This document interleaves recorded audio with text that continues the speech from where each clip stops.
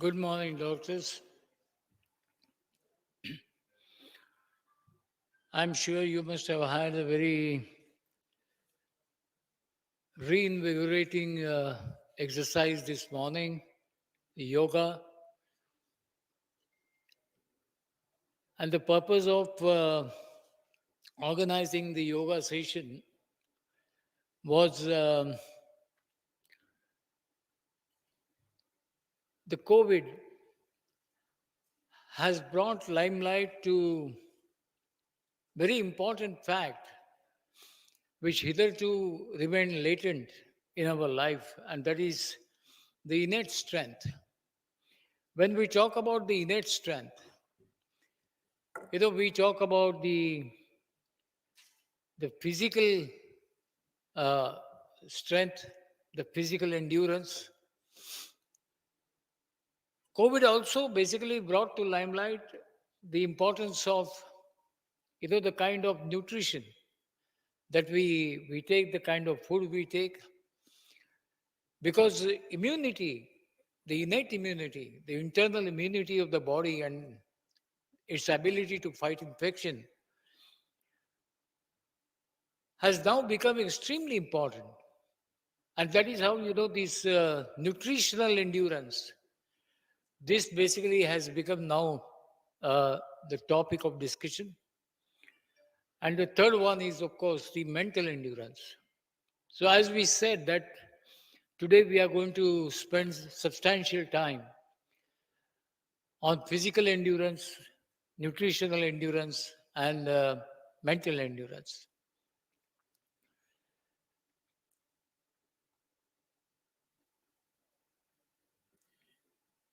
When it comes to nutrition, there are some very brilliant and very thought provoking quotes about the nutrition. Now, one of the very important quotes, which I personally liked, and it really created deep impact on my mind, was the first quote says that don't eat anything your great grandfathers would not recognize as food. If your great grandfathers never thought anything as food, so that is the kind of a food that we are consuming today. So this is something which is very thought provoking. The other quote I came across was very interesting. The man is what he eats. The man is what he eats. The other brilliant quote is the life is the tragedy of nutrition. I mean, the life's tragedy begins with the kind of nutrition that we take. The life is a tragedy of nutrition. It's very important. And the last one is, it will really stir all of us. To eat is a necessity. To eat is a necessity. But to eat intelligently is an art. So basically, I mean, we all have to eat to survive. But eating intelligently is something which is more critical. Today we have Ishi Khosla, Mrs. Ishi Khosla. I mean, you could not have found a better person to speak on nutrition, how important and critical it is in our life, than Ishi Shukla. Madam, we are fortunate to have you with us, and it is our pleasure to be with you. Mrs. Ishi Shukla is a practicing clinical nutritionist, Khosla. Mrs. Ishi Khosla is a practicing clinical nutritionist, columnist, author, and entrepreneur, and also researcher. She is actively involved in the clinical practice at the Center of Dietary Counseling in Delhi, where she deals with a wide range of nutritional related health problems, including obesity, diabetes, cardiovascular disease, digestive disorders, food allergies, I mean, this is something which is very interesting. I mean, now diabetes is so common, cardiovascular complications are so common, this your digestive disorders are so common. But surprisingly, these are all the disorders, that can be directly, indirectly, remotely are connected with the kind of food that we eat.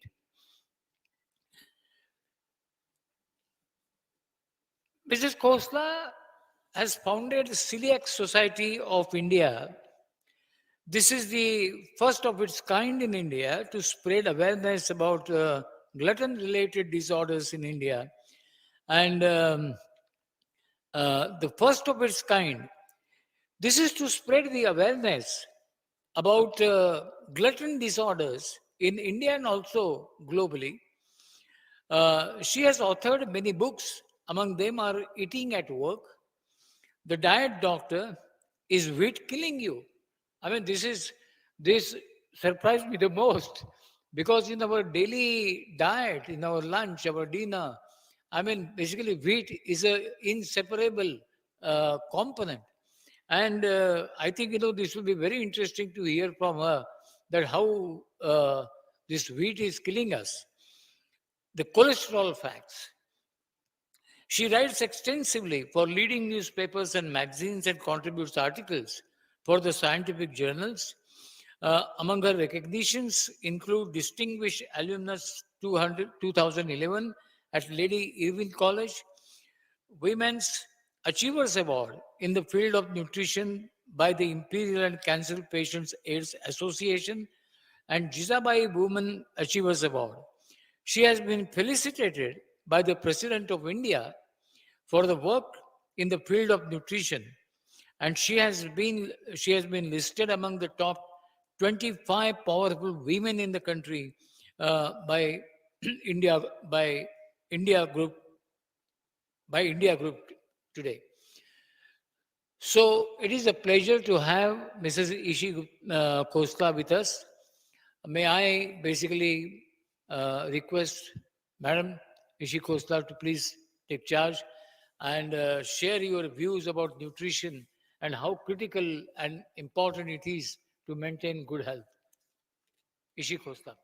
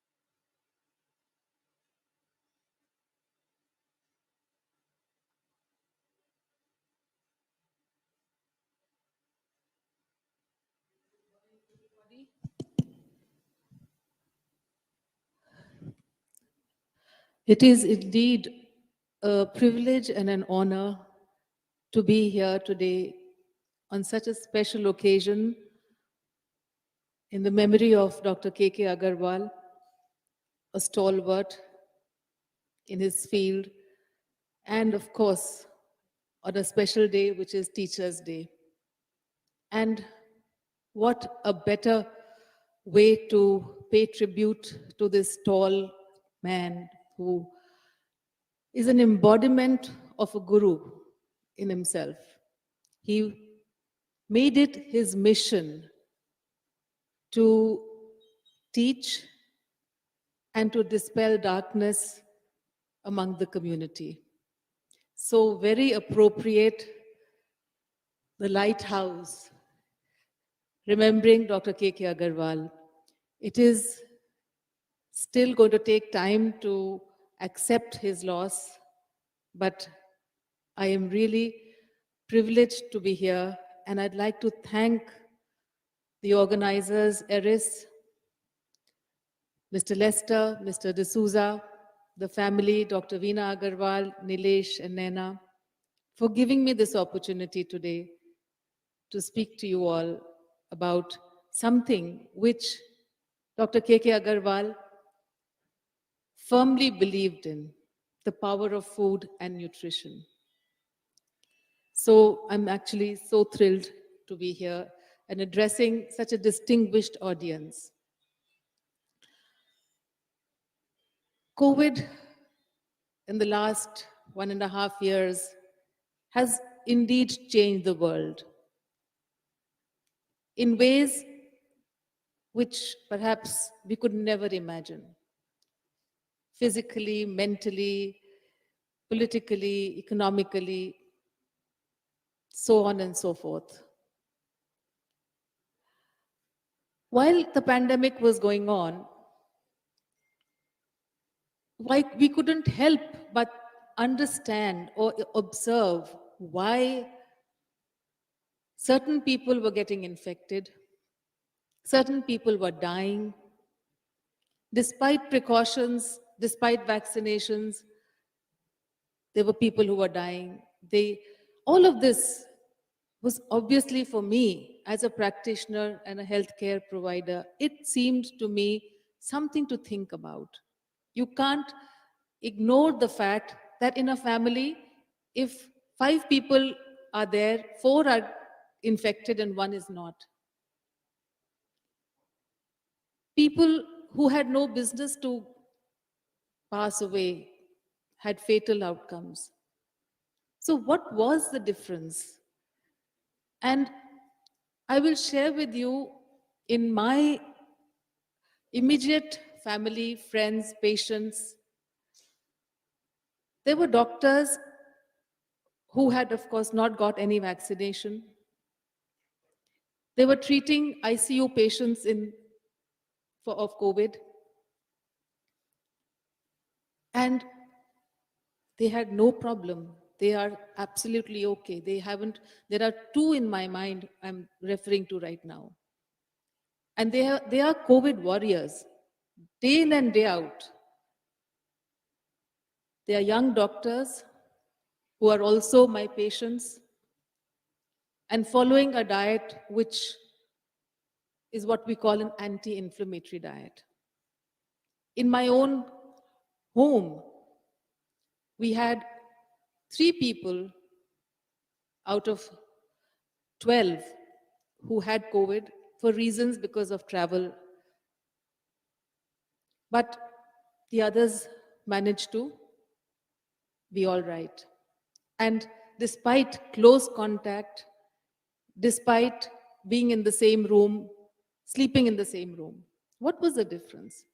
I have patients who have told me, my patients who are following an anti-inflammatory diet, ma'am, everybody got it. I don't know why I didn't get it.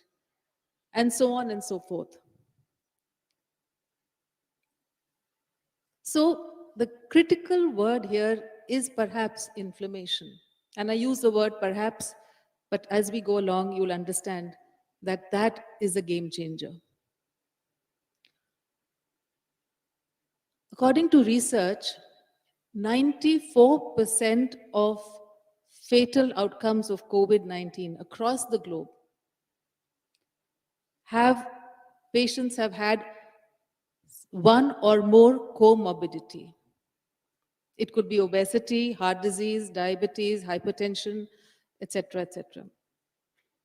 Which means that only 6% actually died of COVID per se.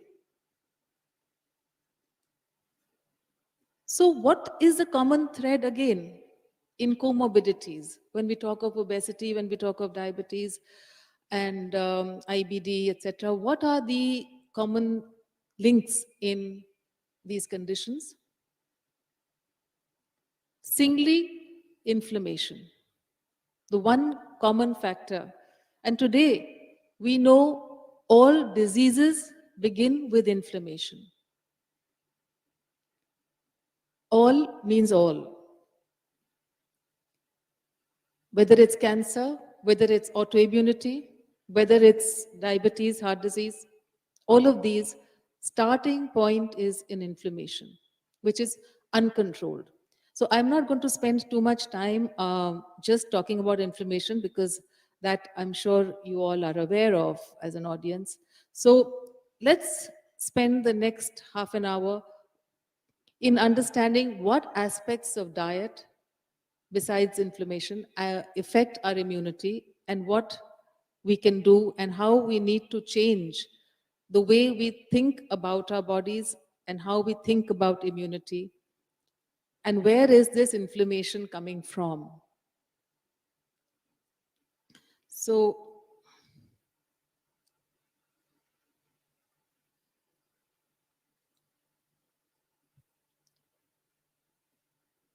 I think we have all been through this. A man with his health has 1,000 dreams, but take away his health and he has only one dream. Well, as an audience, I don't need to spend time on what is innate immunity and what is adaptive immunity. How can we affect or impact our immunity through diet?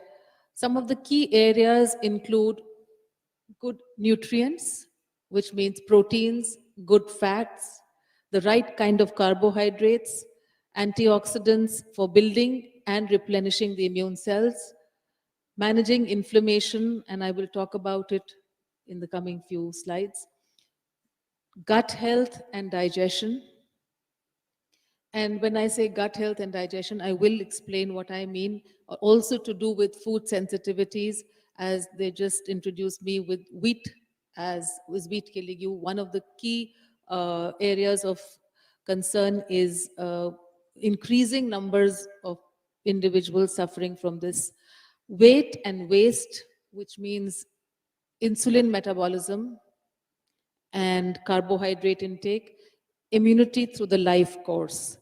And when I say immunity through the life course, I refer to the starting point of the building of the immune system right from the womb to the early years.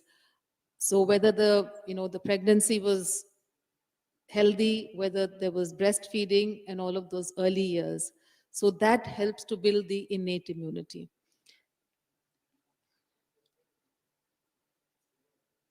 Immune system demands for energy and nutrients can be met from exogenous sources, which is the diet sources, and when that is inadequate, endogenous sources such as body stores. Some micronutrients and dietary components have very specific roles in the development and maintenance of an effective immune system throughout life. So I'll discuss each of those points that we had, beginning with nutrients. I've already told you the importance of adequate protein and good fats, healthy fats, which have always been neglected and been taken in the negative rather than the positive. So good fats, proteins, and good carbohydrates. So I won't spend time talking about that, but let's look at the micronutrients. Micronutrients include vitamin A, vitamin B, C, D, E, zinc, magnesium and calcium, glutamine, selenium, glutathione, and NAC.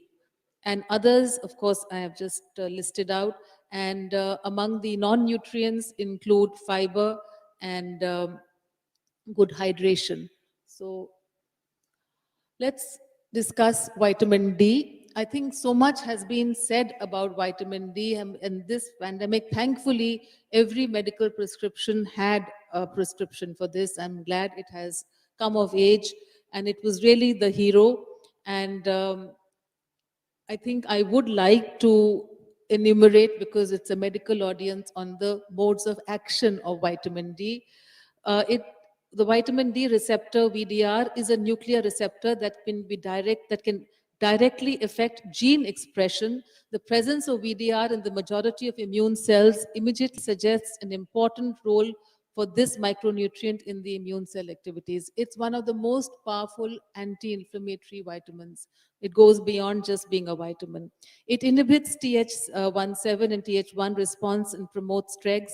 It impairs B cells and development and function. It stimulates antimicrobial peptides, from immune cells, affects microbiota composition and gut barrier.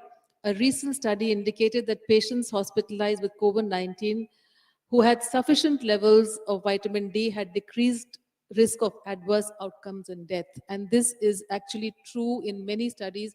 Levels less than 19 nanograms in ICUs, all of those patients died. And between, I don't have that slide here, but 19 to 20 to 35, there were mixed outcomes, and above 40 nanograms, all survived. So you can imagine how critical this vitamin is, and I'm glad we are addressing it.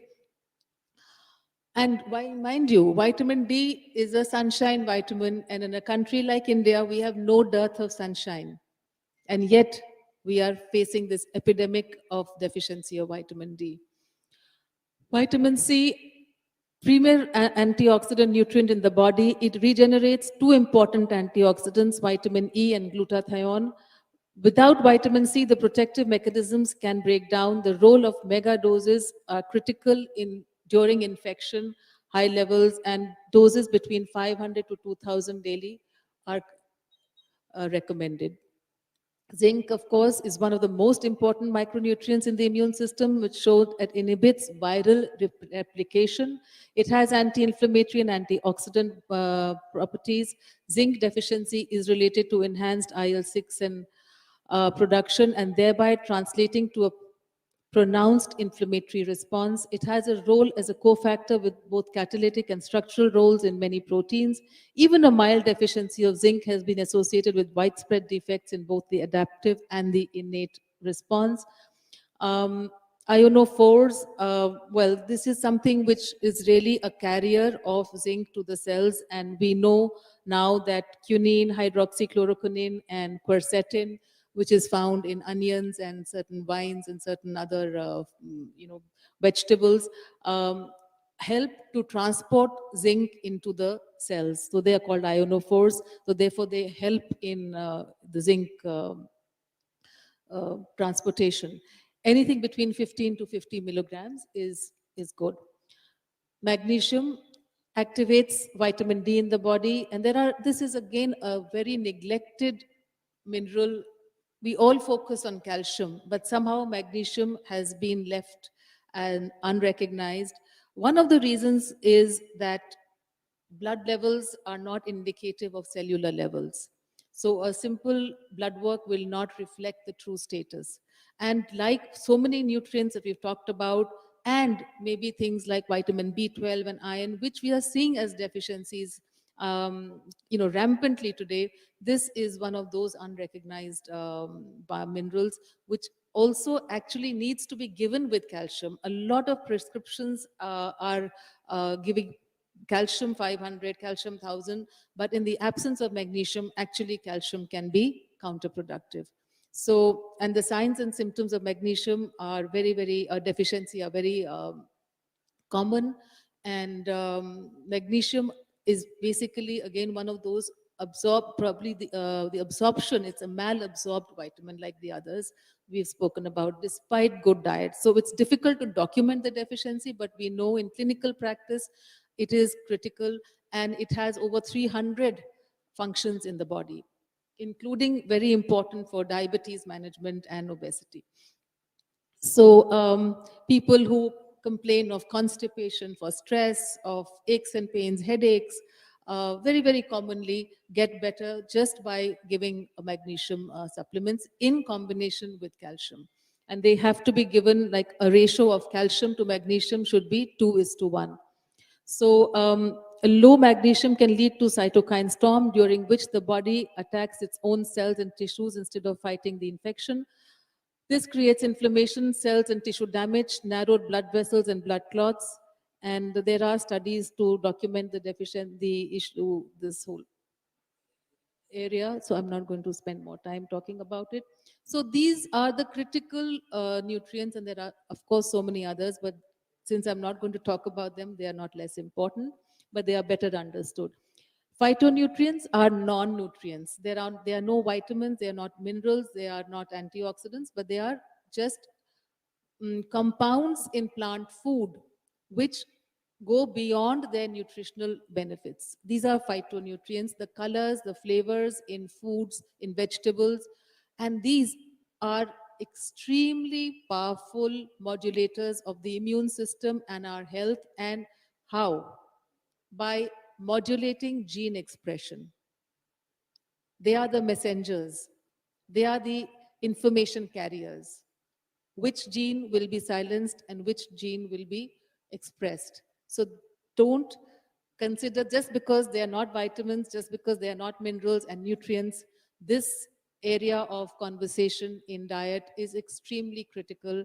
And phytonutrients come from plant foods, all the brightly colored vegetables and fruits, all the spices, the good natural fats. They are about thousands and thousands have been discovered, and they are new ones are being discovered.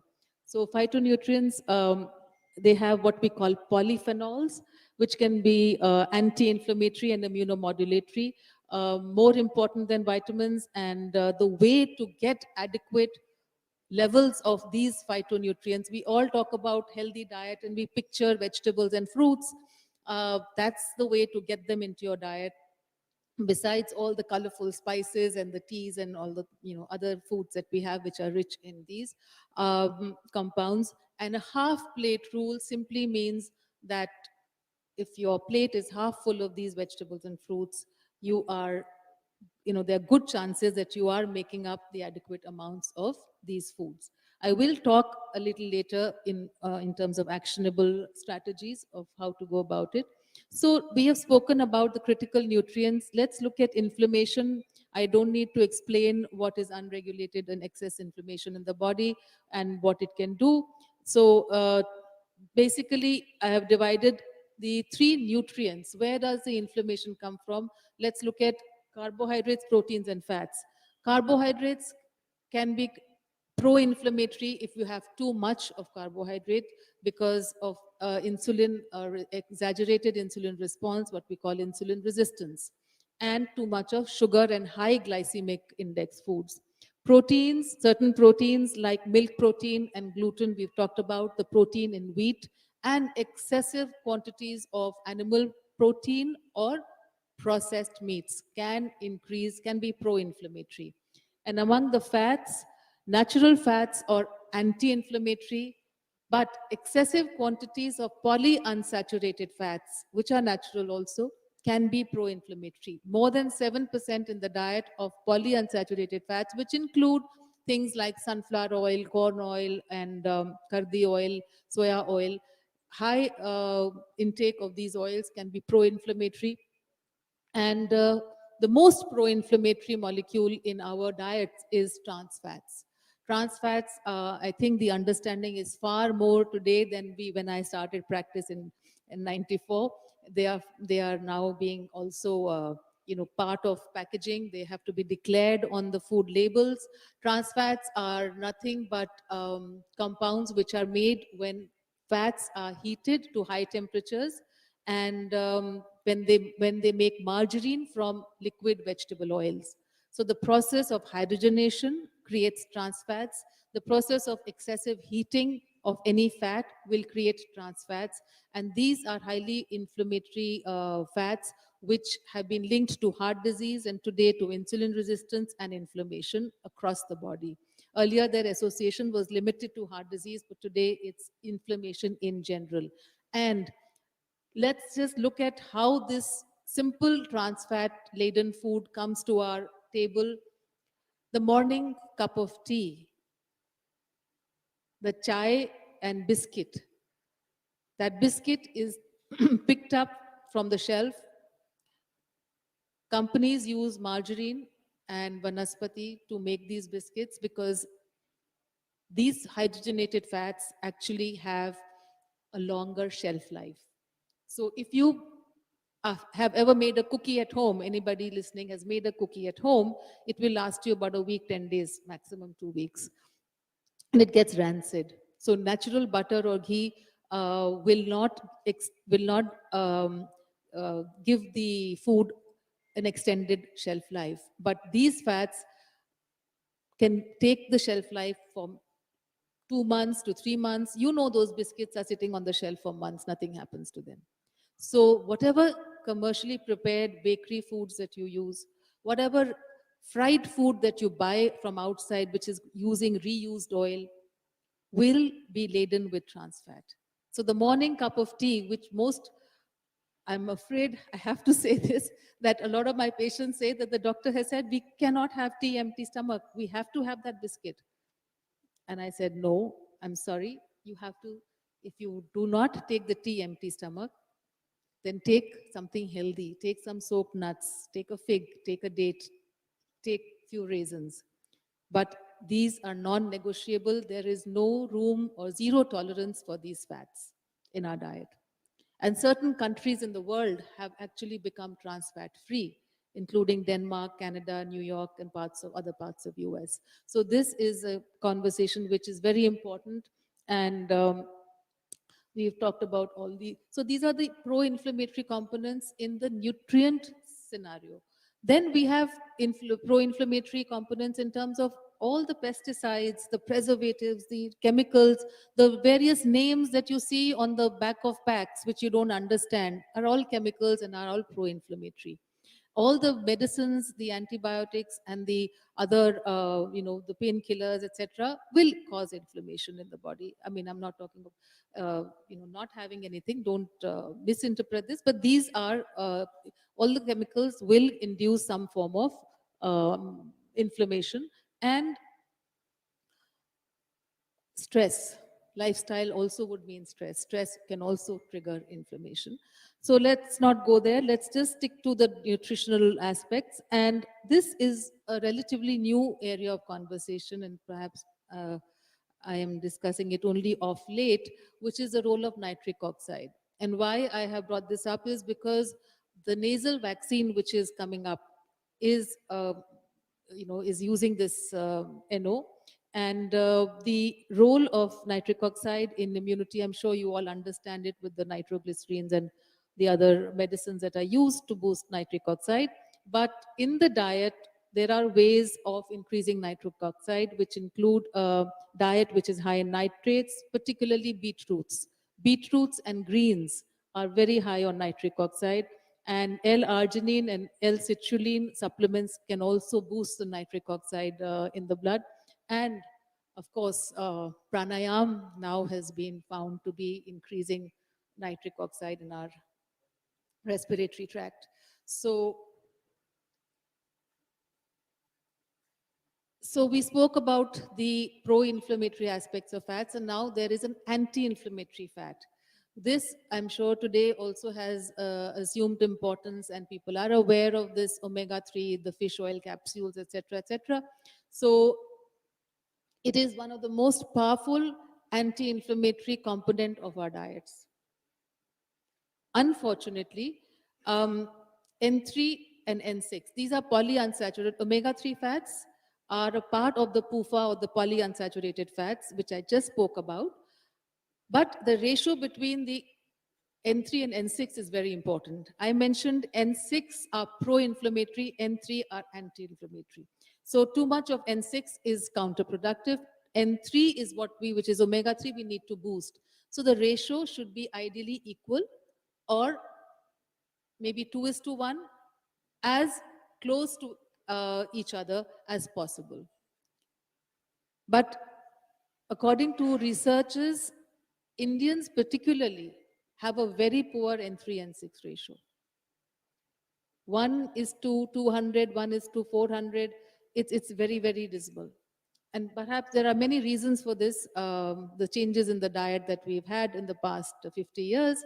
And we have abandoned a lot of traditional wisdom and traditional practices, and, taken away the good fats and replaced them with pro-inflammatory fats and the whole processed food, etc., etc. So the role of bringing back the right ratios by bringing back foods which are rich in omega-3 fats is critical to inflammation and thereby immunity and thereby overall health. So fish, of course, is one of the important sources or carriers of this fat. All the fatty fish, the higher the fat content, the better. And then in the vegetarian world, there are flax seeds and chia seeds. We have mustard seeds, sesame seeds, green leafy vegetables, once again, soya beans, bajra, rajma, chana, methi, and rice seeds. So these are some of the sources, and there are other sources as well. But these are very common foods which can be consumed. And today, I think a lot of people are consuming fish, either fish or oil capsules, or chia seeds and flax seeds have come of age. So these fats were actually discovered when they found that the Eskimos who ate almost 60% fatty diet had zero incidence of cardiovascular disease, depression, and arthritis. And then the link was made with inflammation. And these same Eskimos, when they moved to mainlands, suffered the same prevalence of these diseases. And it's been about 30, 40 years now.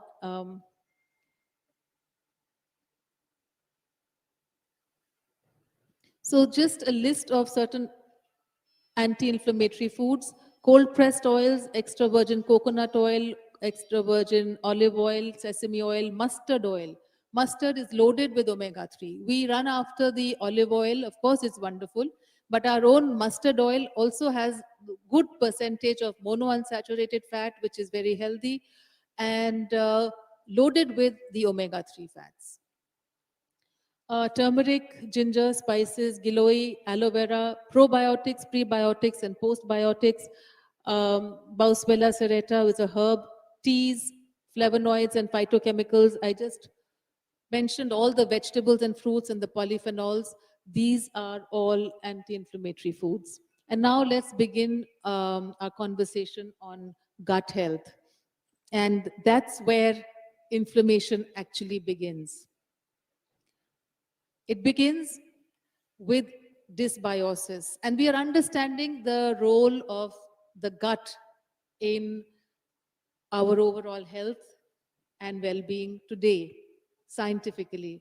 But Hippocrates probably knew it 2,500 years ago. 2,500 years ago, a man said all diseases begin in the gut. But we didn't understand it. We still did our practice. If the virus is in the lung, we just focused on the lung.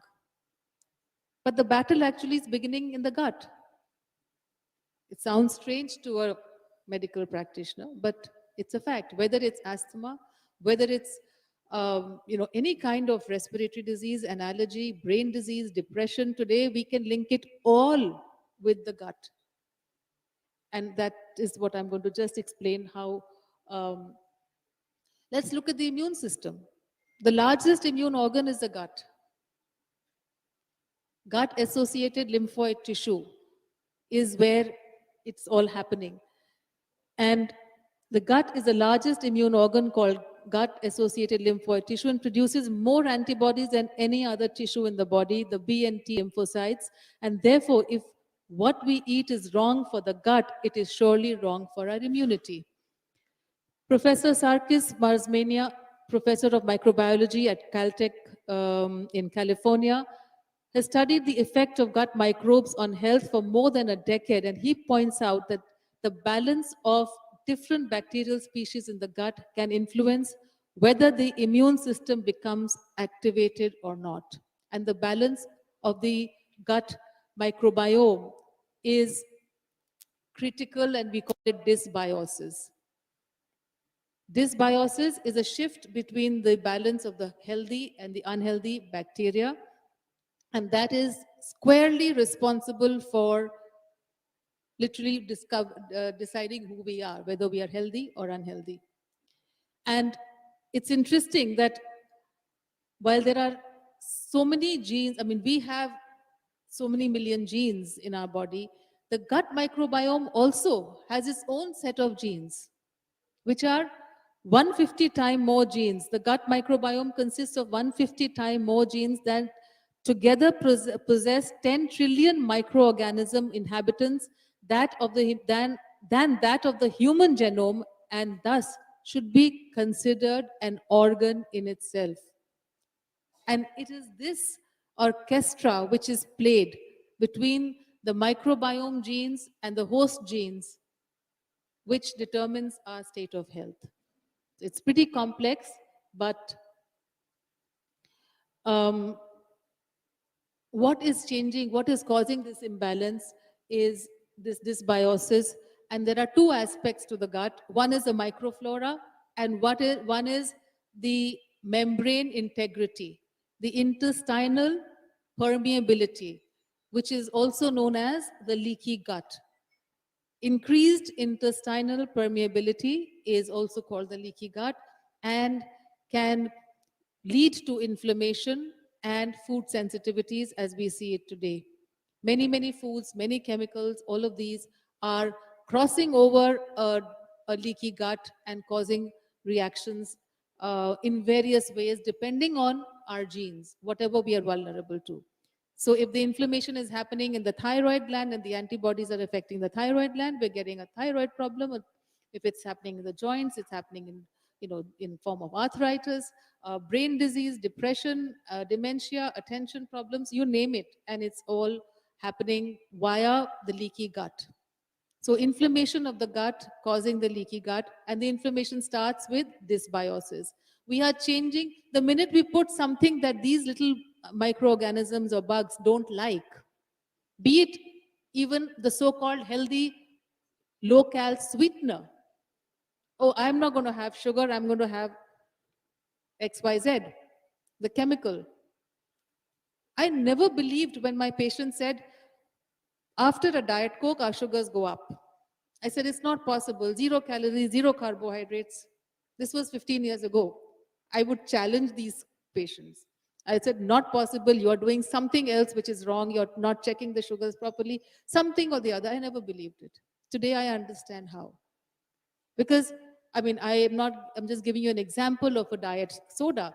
It's not about ABC drink. It's about the fact that it's laden with chemicals and the gut flora does not like it. And that causes inflammation and it could increase blood sugars. And we know the researchers are supporting that. So whatever chemicals you put in, even if there are these pharmacological drugs, they don't like it. So it's very important to protect the gut from toxins by taking the precautions, by supporting the gut. If you have to give a pharmacological drug, give probiotics. Have a gut-friendly diet, gut-healing diet. Have a protocol for that. This time, I think during the COVID time, I have seen many prescriptions coming up with probiotics. But the connections have to be made first, that how will my cough and my lungs get better if I take probiotics? Because I told a friend of mine who's a medical practitioner, I said, your daughter is getting into repeated UTIs and repeated rounds of antibiotics for 1 year. Please give her probiotics. She says, no, she's taking injectables. How does it matter? That just told me that they don't get the connections. It's all the immunities in the gut. We need to support every toxic food that we take, which is not gut friendly or microbiome friendly, needs to be supported with other strategies. So I'm not going to explain this. You understand the tight junctions. The cells, the intestinal barrier are tightly joined, and once there is a protein called zonulin, which increases the distance between the cells and causes this porosity and permeability, which can lead to right from deficiencies, from dysbiosis, deficiencies, disorders, and diseases. That's the way it flows. And everything can be linked here, and we see that once we work on these things, we are able to also understand why widespread deficiencies of micronutrients are being experienced by people who are eating sufficient food. It's a question of malabsorption and the leaky gut. So it opens up a whole area of conversation. This is about insulin. So inflammation and insulin. Remember, these two words are the critical things that are takeaways from which what my session is about.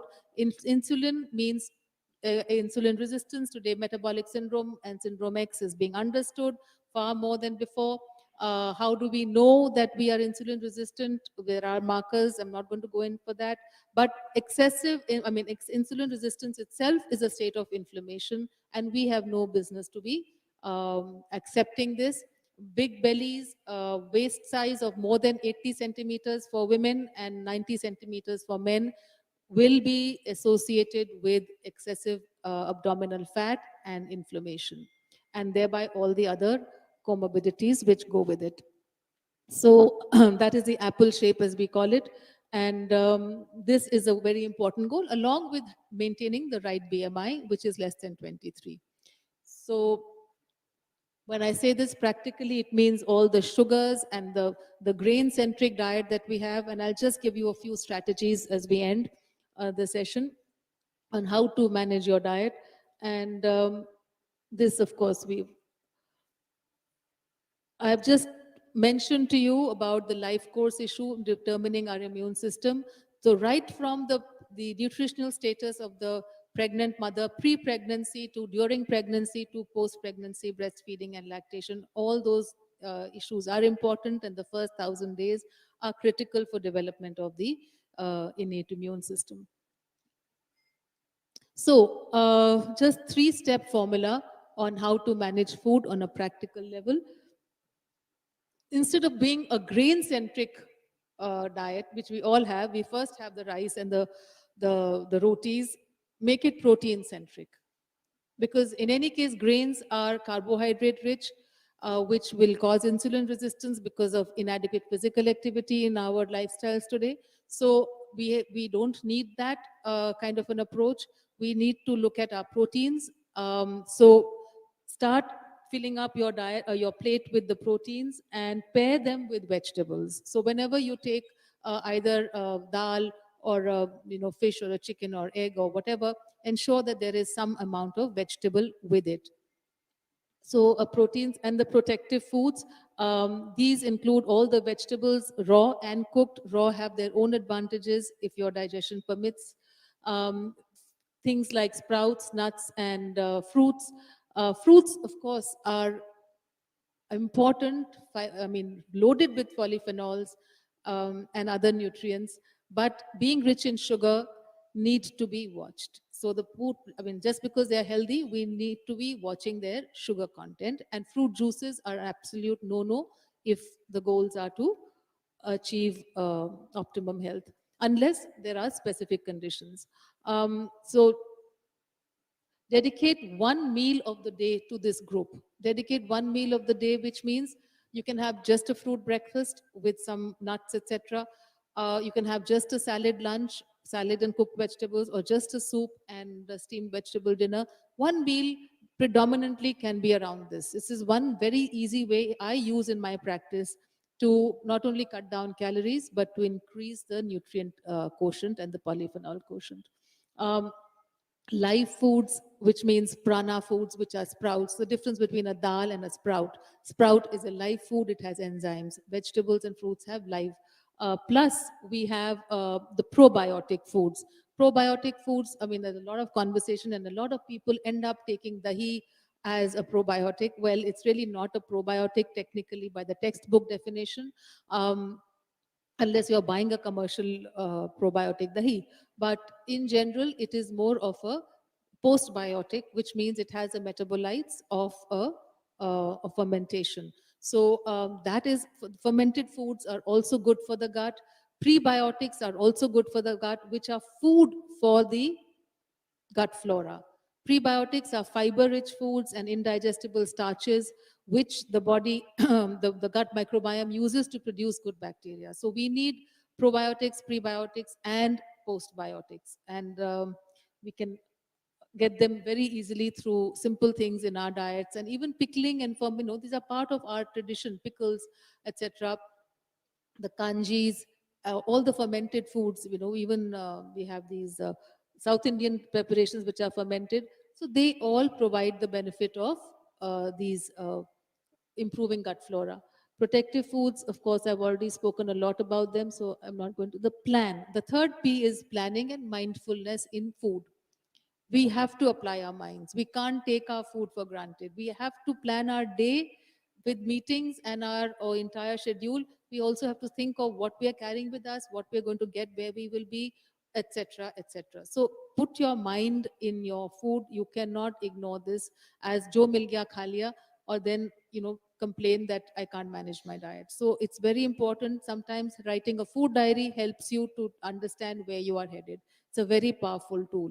So planning, Not only that, planning your cereal intake. I said be protein centric, but cereals are also important. Grains are also part of our diets.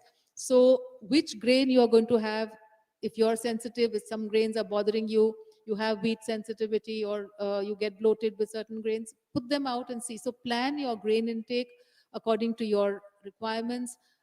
Plan what time you're going to have a grain. Again, this is something which, as practitioners of nutrition, we were just told a calorie is a calorie in the morning and in the evening. Today, we know that's not true. There is a circadian rhythm, and according to that, there is a body clock, and we really must not load our systems with food beyond 7 o'clock around the sun, the way the sun works. The cycle of the sun and the body clock should be in sync with each other. So, eating grains late at night is completely not the right thing to do. As an exception, yes, but not as a rule. Make these little changes. Finish your dinner or finish your grain intake at least by 7 o'clock. And whether you want to have grain once, twice, or thrice, that also can be decided. You don't need to have grains 3 times. According to one of the shloks, they say, Ek kal bhoji is a yogi, Dvikal bhoji is a bhogi, Trikal bhoji is a bhogi, is a rogi. So basically, a yogi and a bhogi, yogi, bhogi, and a rogi. That means people who are eating 3 meals a day could be falling sick. So this is according to the Chakra Samhita. Also, the man who has digestive problems must not eat grain twice. I can't tell you the Sanskrit part of it, but I'm giving you the interpretation. The man who has a digestive problem must not eat grain twice, and the man who wants to have a long life must finish his grain intake by sunset.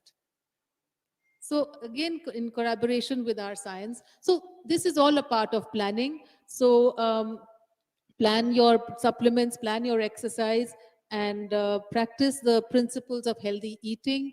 What are the principles of healthy eating? Eating a variety of foods, balancing, and moderation. Moderate the foods which are not so desirable. Moderate your portions, and balancing is a very critical principle, which means you may not be able to manage every day the same way. If you have excessed sometimes, overeaten, then go easy the next meal. You can even fast. I can go on and on actually. There is now time is running out. But fasting is one of the things I must discuss here because it has come up in my conversation that balancing and fasting, actually, this was the earlier forms of the wise practices. Just fast twice a day, twice a week. Such a beautiful way of balancing your excesses. You can do a fruit fast, you can do a vegetable and fruit fast, you can do a water fast, you can do a 1 meal fast, whatever works for you. The benefits of fasting today are beyond imagination. One thing which is squarely, it can only happen by the body is repairing its own cells, autophagy. One of the most powerful tools to reclaim your health for longevity. So there is a lot of benefits in fasting which we have not understood, and as I'm going along in my practice, I'm realizing that why there was such an emphasis in almost all traditional societies and religions across to fast. Whether it was the Christianity or Indians or Muslims, everywhere there is fasting as a practice. So fasting and feasting, of course, can be debatable, but fasting certainly has its benefits, and as a simple practice to boost your immunity, fasting can really help. And today intermittent fasting has come of age. So I'm going to just skip this slide. We have discussed almost everything. Useful herbs, everybody is talking about tulsi, giloy, etc., ashwagandha, and the importance of good hydration. And useful foods, even mushrooms have a very important immune boosting benefit. um, just 18 grams of mushroom every day can increase the immunity by 34%, something which was quite remarkable. And if I have another minute or so, I'll just wind up. So, of course, avoid smoking, these lifestyle practices which are pro-inflammatory, limit sugar and dairy and meats, and general advice, anti-inflammatory foods, regular gargling and steaming, of course, oil pulling. Oil pulling is again a very interesting phenomena. It was a practice which was done in the South Indians, where they put virgin coconut oil in the mouth and swish it for about 10-15 minutes and spit it out. And can you imagine how smart our ancestors were? Because today, scientists have established the connection between oral flora and gut flora. So the composition of your oral flora is very, very similar to the gut flora. So you may not need to test your gut flora. You can actually, so, and what was oil pulling doing? Improving the microbes and the you know the balance of the bacteria in the mouth. And what does a mouthwash do? It kills everything because it's all chemicals. It gives you a a sanitized mouth, but by killing the natural flora. So oil pulling has become better understood by us. Modest exercise, yoga, meditation, prayers, and positivity, and follow, of course, all the advisories. And just the last line, that the road to building endurance and immunity lies is paved with a healthy gut. So with that, I will stop now and leave it. I think I've spoken a lot and tried to make it very, very comprehensive, but if there are questions and any clarifications, we'll be happy to take them on.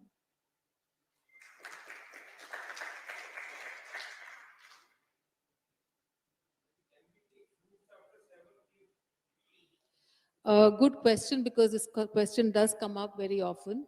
And if you had asked me this question at 15 years ago, I would say take a fruit anytime, it doesn't matter.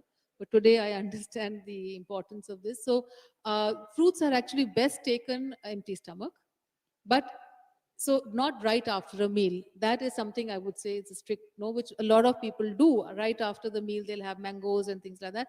It's not a great idea. If after 7 you have a 3-hour gap between your last meal, no problem. Yes, yes, yes.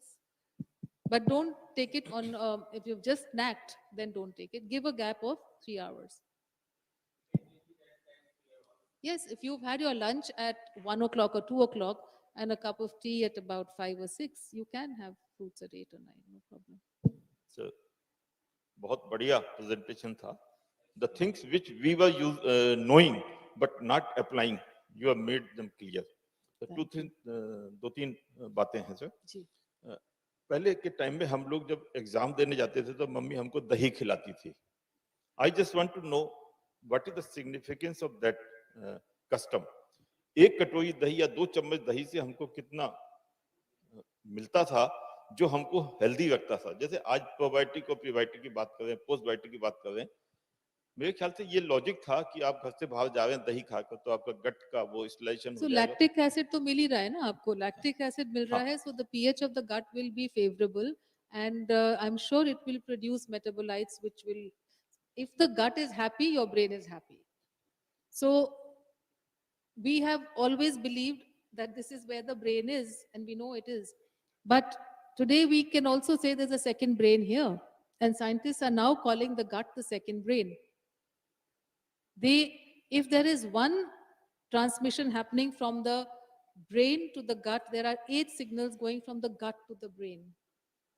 All the 80% of this serotonin is being secreted in the gut. The dopamine, the tryptophan,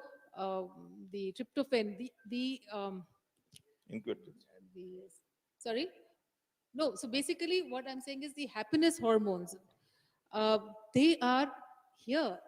Only 5% melatonin. We believed melatonin was secreted by the pineal gland, but it's only 4 or 5% which is coming from there. The rest is in the gut. So if somebody has a gut problem and is having a sleep problem today, all your patients who are complaining of sleep problems focus on the gut. So, and I am doing this in clinical practice. So I'm sure that he did something favorable to the gut, which made the connection between better concentration, better performance, etc., etc. तो आपने गेहूं की बात की sir, जी हमारे ancestors तो गेहूं खाते थे, क्या गेहूं में जो आजकल पेस्टिसाइड आ रहा है वो ज्यादा नुकसान कर रहा है या wheat itself is making harm? Number 1 point, that is very important. जी दूसरा सर, जो हमारे एंसेस्टर्स की डाइट पैटर्न था, जो आज आपने बताया सर, सर्दियों में बाजरे की रोटी खाते थे, गर्मी में सत्तू पीते थे, मिक्स डाइट, वेरी डाइट, वो ज्यादा यूजफुल थी, जिसको आज हम फॉरगेट कर गए कि सब पिज्जा पास्ता और जंक फूड में चले गए। तो इन दोनों के बीच में बैलेंस कैसे बनाया जाए? जी, got your questions, and they are very good questions which will help put a perspective to what I said about wheat sensitivity. So wheat itself is among the 8 allergens that we know. I'm sure you all know the 8 allergens. Eggs, soya, milk, and shellfish, nuts, and tree nuts, and wheat. So it is one of these 8 allergens which are known to trigger immune problems in certain people. So it has an immunogenic component by its very nature. Rice के साथ ऐसा नहीं है, कभी rice का नहीं ऐसे होता ना, so इसी तरह, so it has something. Now the wheat which was given to us before 1960 was a different breed of wheat. It has gone through many evolutions, from the einkorn wheat, the hexaploid, the diploid, पहले diploid थी, अब hexaploid है. So all those changes have happened in the wheat, but they were not really bothering people.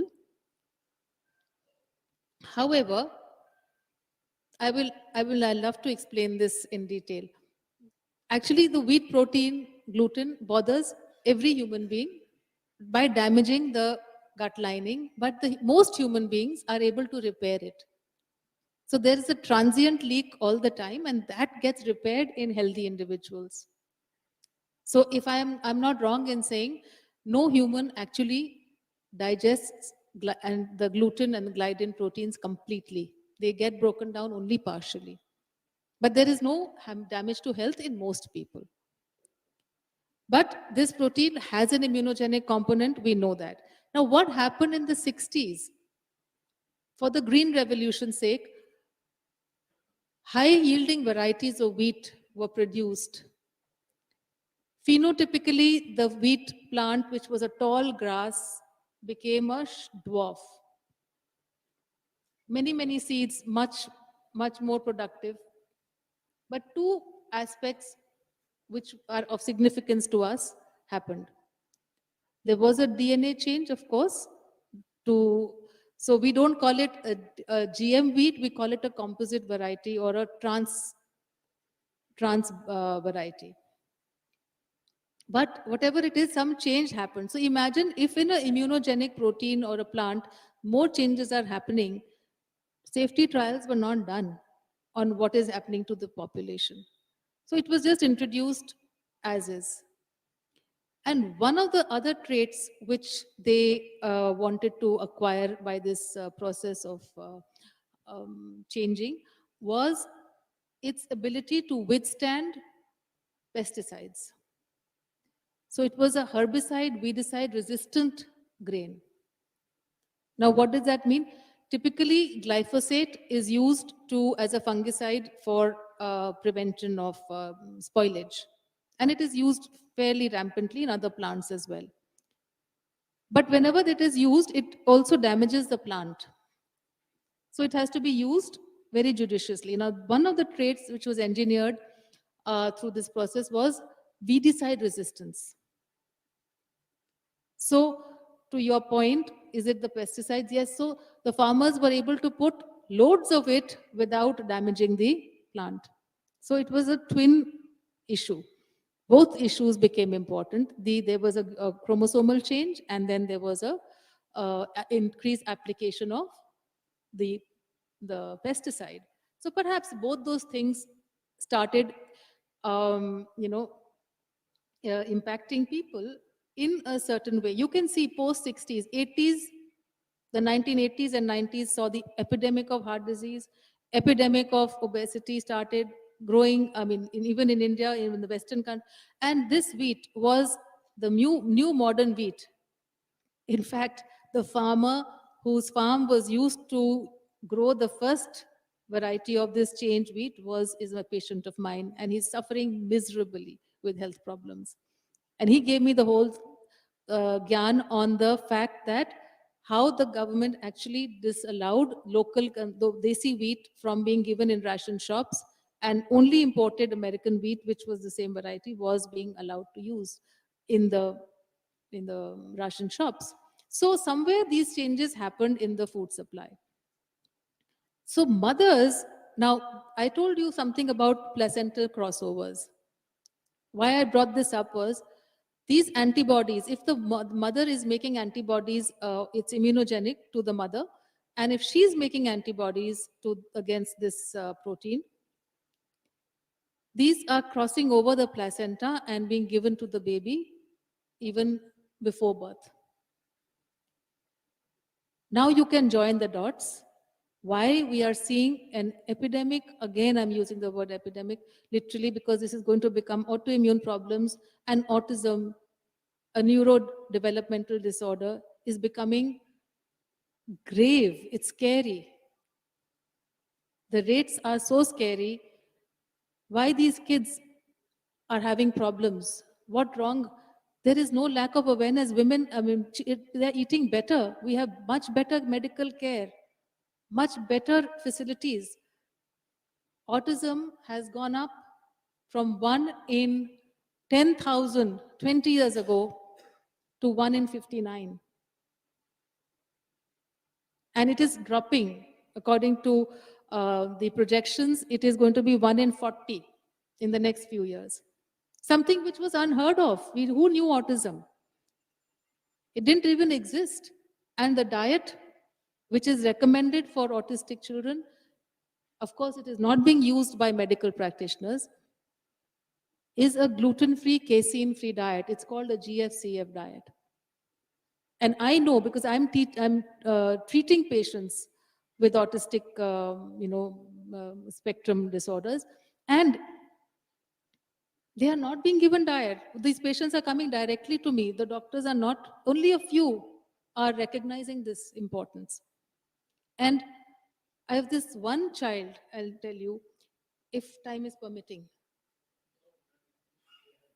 the other session. So I'll just, this question was very important, so I'm taking this time to answer.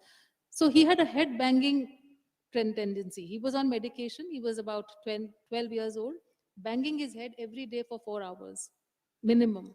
He had sores on his head and he wouldn't stop. And we changed his diet, and every day, within a month, head banging went from 4 hours, 3 hours, 2 hours to nothing. And then the parents were very happy following the diet, all that corrected. Till one day in school, the child was given a regular muffin by mistake by the teacher. We rolled back again. 2 months it took us again to get the gut flora back and to correct it. So these are little things that I'm trying to tell you, that these dots have to be joined. And what to do for junk food and to protect yourself from these processed foods is the idea of balance. If you can make these foods at home with healthier ingredients, nothing like it, and make informed choices, regulate it. Occasional indulgence is not going to be a problem. If you subsist on it, it's a problem. If it's a regular part of your food, it's a problem. So, and if you have it once in a while, then do a balancing act and go easy on the next meal, have enough vegetables and fruits, and that's a very common sense approach.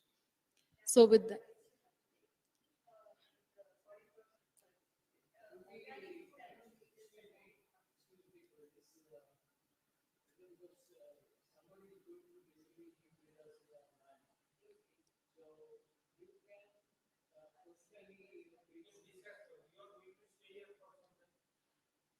I will talk to you if I can before I leave, then I'll be leaving. I'll share my contact information and you can. No, we've had a rather long session.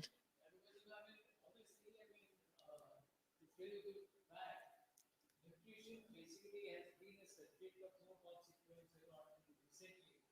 But because of COVID, it has really come to the surface. And Yes, when yes. we have person like Rishi Khosla, who is an expert, and basically her knowledge and her insight into nutrition is unfathomable. I mean, the more she speaks, the more enlightened we become. And it becomes Thank more you. and more interesting. So this is something like, it has no end. But all good things must come to an end, Yes, ma'am, absolutely. as Bible says. So, So I think, but I suggest, individually, if you have any query, any clarification you require, please feel free. Madam is going to be here for some time. So you can just clarify your thoughts with her. I'm thank you extremely sorry very for much this, ma'am. for being a wonderful audience. It's been a pleasure. May I request Dr. Veena Aggarwal to come and felicitate Sis Isha Khosla. I mean, ma'am, this was a pleasure to be with you.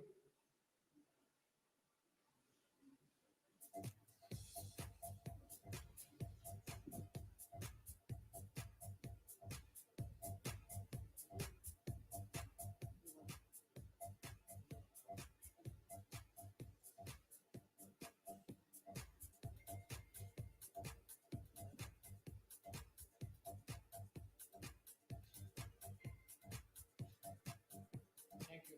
Thank you very much. It was a great pleasure.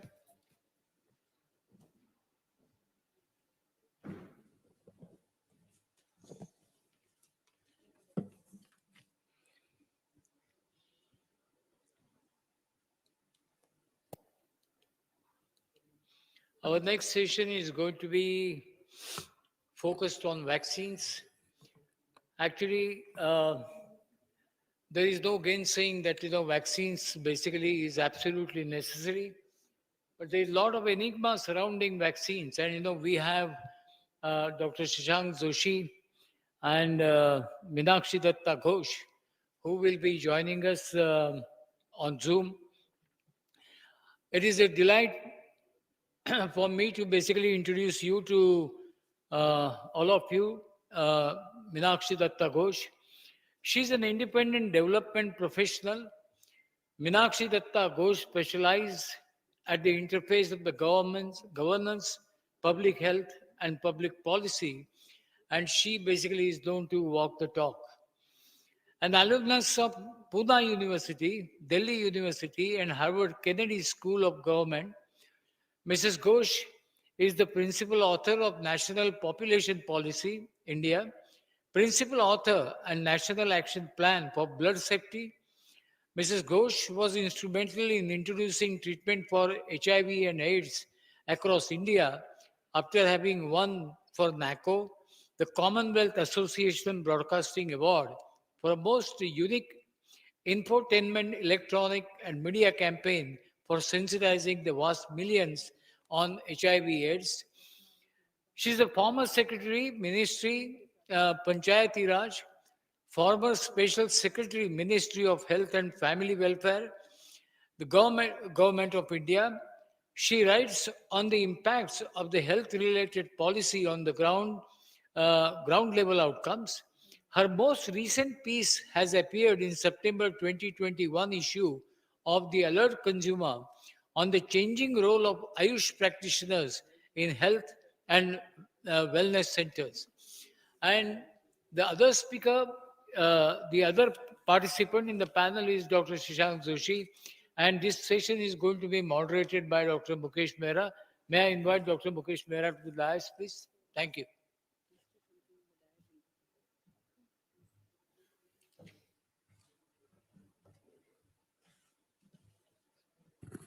Morning, everyone. I think we are going to have a very, very important and the practical aspect of COVID times.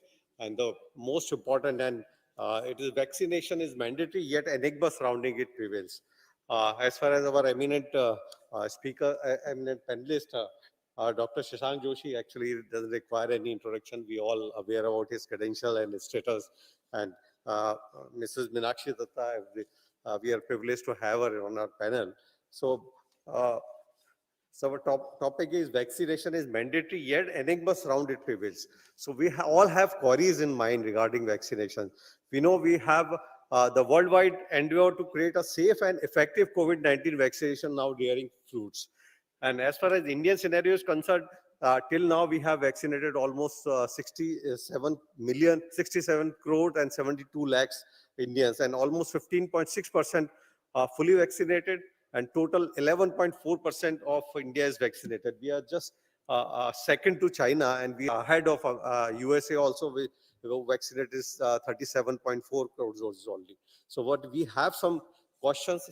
So I'll start with Dr. Shashank Joshi. Dr.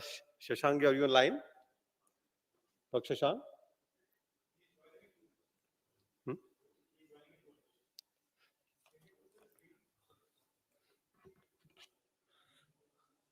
Mrs. Datta is there online? Yeah.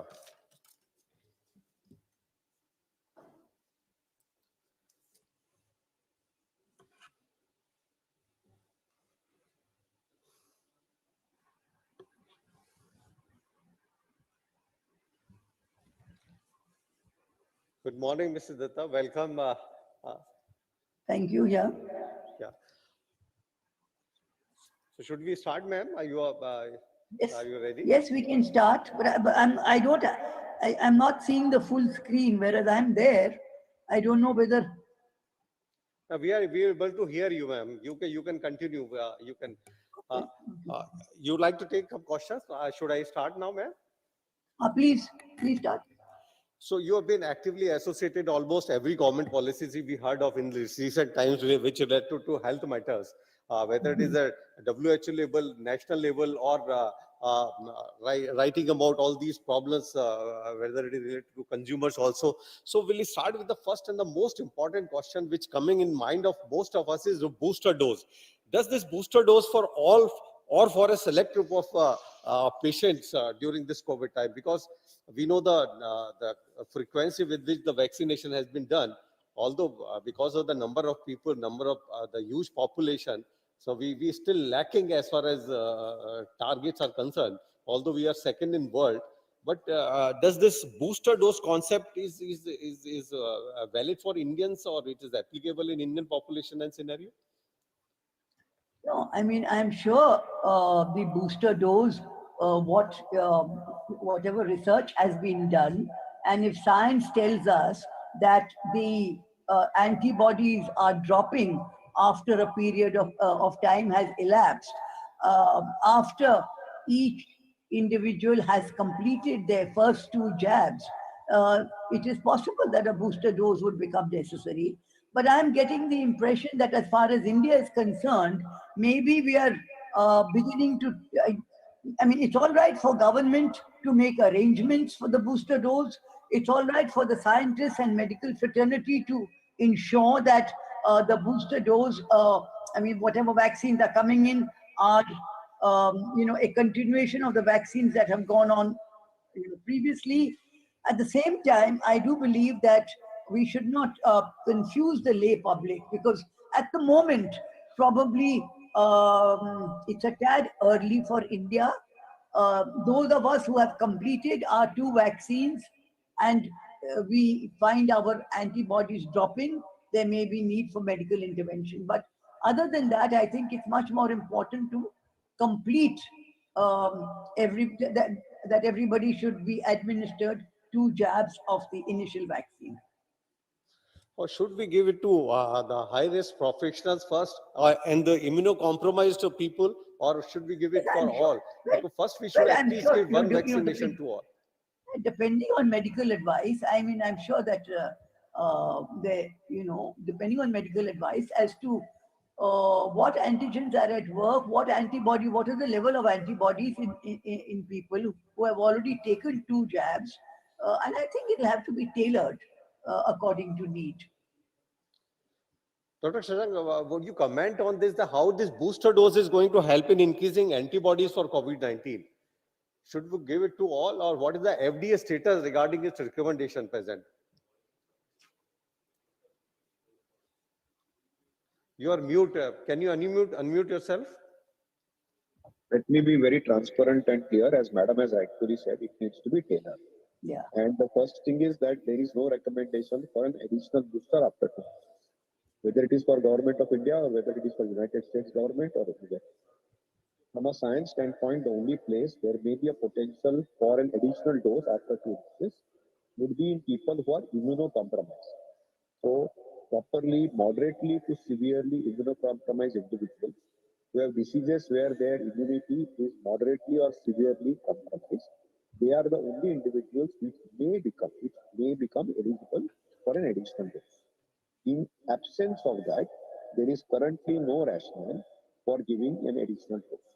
Right now, we need to understand 3 things. People who have already got the natural infection and have taken one vaccine or 2 vaccines are sufficiently protected for a year and a half. People who have not suffered from COVID but have taken 2 doses or 1, 2, or 3 doses based on the vaccine they have taken, they will have some degree of protection. The degree of protection can be measured by antibodies, which is the B cell response, but also remember we don't measure the T cells. Hello? This is something that most will let you in. ensure that we do not blockage aa raha hai. lose our lives as well as we do not get severe disease. Currently, we want to give the vaccines to most of the people most of the times. So public health practice is very clear that from a public health standpoint, right now, No, an additional dose is not recommended I with cannot the see exception all of people I cannot see who are this. moderately or severely immunocompromised. There may be a compelling reason for healthcare professionals and frontline workers to probably get an additional course, particularly if they are falling in the category of moderately to severely immunocompromised status.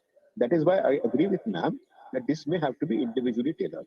But currently there is no such recommendation till we have not completed our first cycle of the vaccination schedule. So that's where the first we should vaccinate maximum population, and then only we go and wait for any full-fledged policy coming from government or from FDA or some WHO recommendations. Another important question which has been actually now addressed also, is it safe to get vaccinated against COVID-19 during pregnancy? Is there any special suggestion in the can give in the first trimester also, or we have to wait for initial first trimester to go off and then we give, or at any stage we can give it safely, or any specific vaccination, because we have so many varieties of vaccinations? Would you recommend whether you would like to have some non-replicating type or some nucleotide or RNA based, which vaccine is relatively safe and can be given? Yeah, is that for me? Yes. Vaccination in pregnancy, ma'am. Yes, yes. Well, from the literature and from the advice of the medical fraternity across the globe, it does appear that vaccines are safe during pregnancy. However, I do not know if the level of research is sufficient.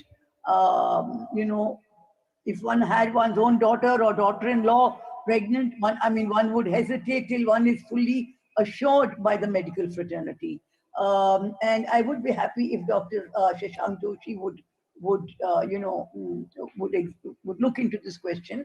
But the thing is that we have, shall we say, 27 million pregnancies per annum in India.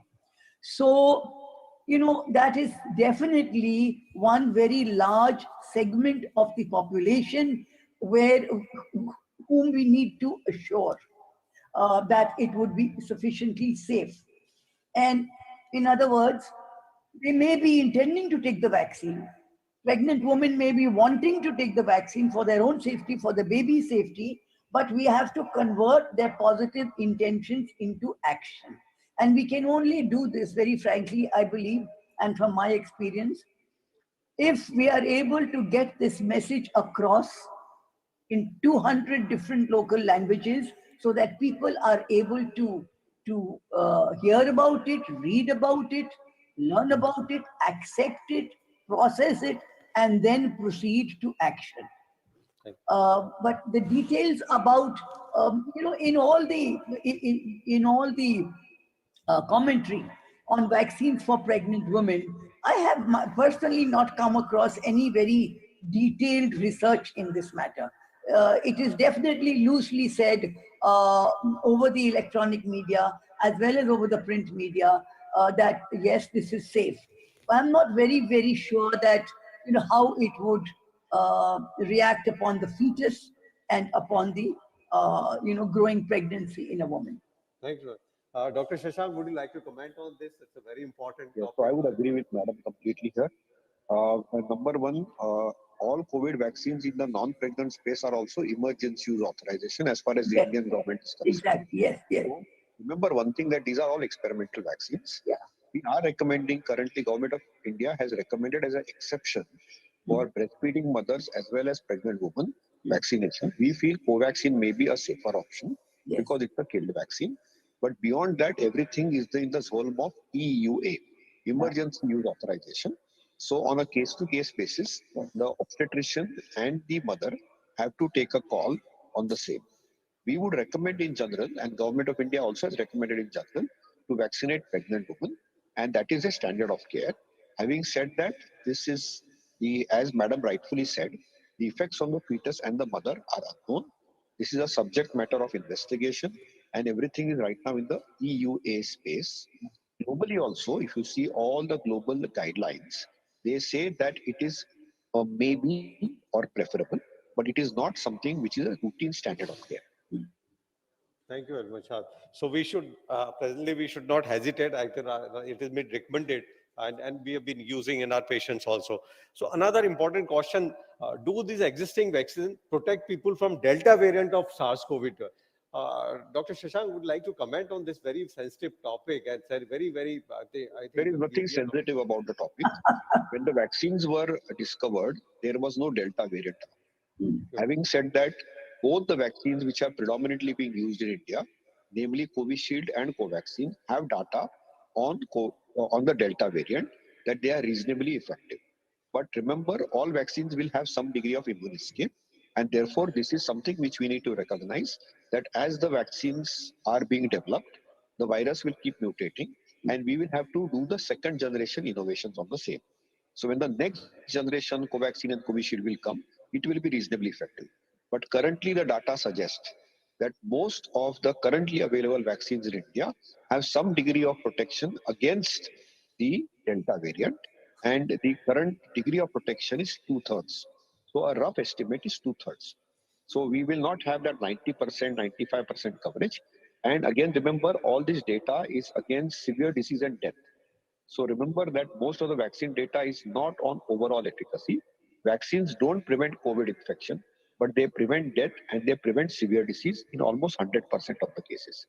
Occasional immune escape can occur, will occur, and we should be recognized. And therefore, even after 2 vaccinations, our recommendation is to continue wearing mask, because against all variants, mask is 100% effective if you appropriately wear it most of the times, most of the places. So very important. It's, every vaccine is effective, but there could be, I think it is very important. They are protective, and the severity especially, they will bring down the. Madam, you would like to comment on this regarding the efficacy in Delta? It's some anything you would like to add to it? No. I don't think I can add to what Dr. Shashank Joshi has said, and I fully agree with his perspective on this matter. There another important question, Dr. Shashank, I would like to start from you. Is second mRNA vaccine dose safe even after an allergic response to first dose? It has been raised at many times that this second mRNA vaccine dose, should we take it or don't take it after first dose allergic reaction? So currently we don't have any mRNA vaccine available in India. No. Though the DPG has approved the Moderna vaccine because of the cold chain issues. And if you're allergic to a particular vaccine in the first dose, I would not give it for the second dose. I will use another alternative vaccine. I'm very categorical and clear about it. I will do a CBC, CRP, IgE, ask an allergy expert to clear it, have a team ready for a potential allergic reaction. Because allergic reactions, which are major, like angioneurotic edema or anaphylactic shock, clearly are a contraindication for a vaccination.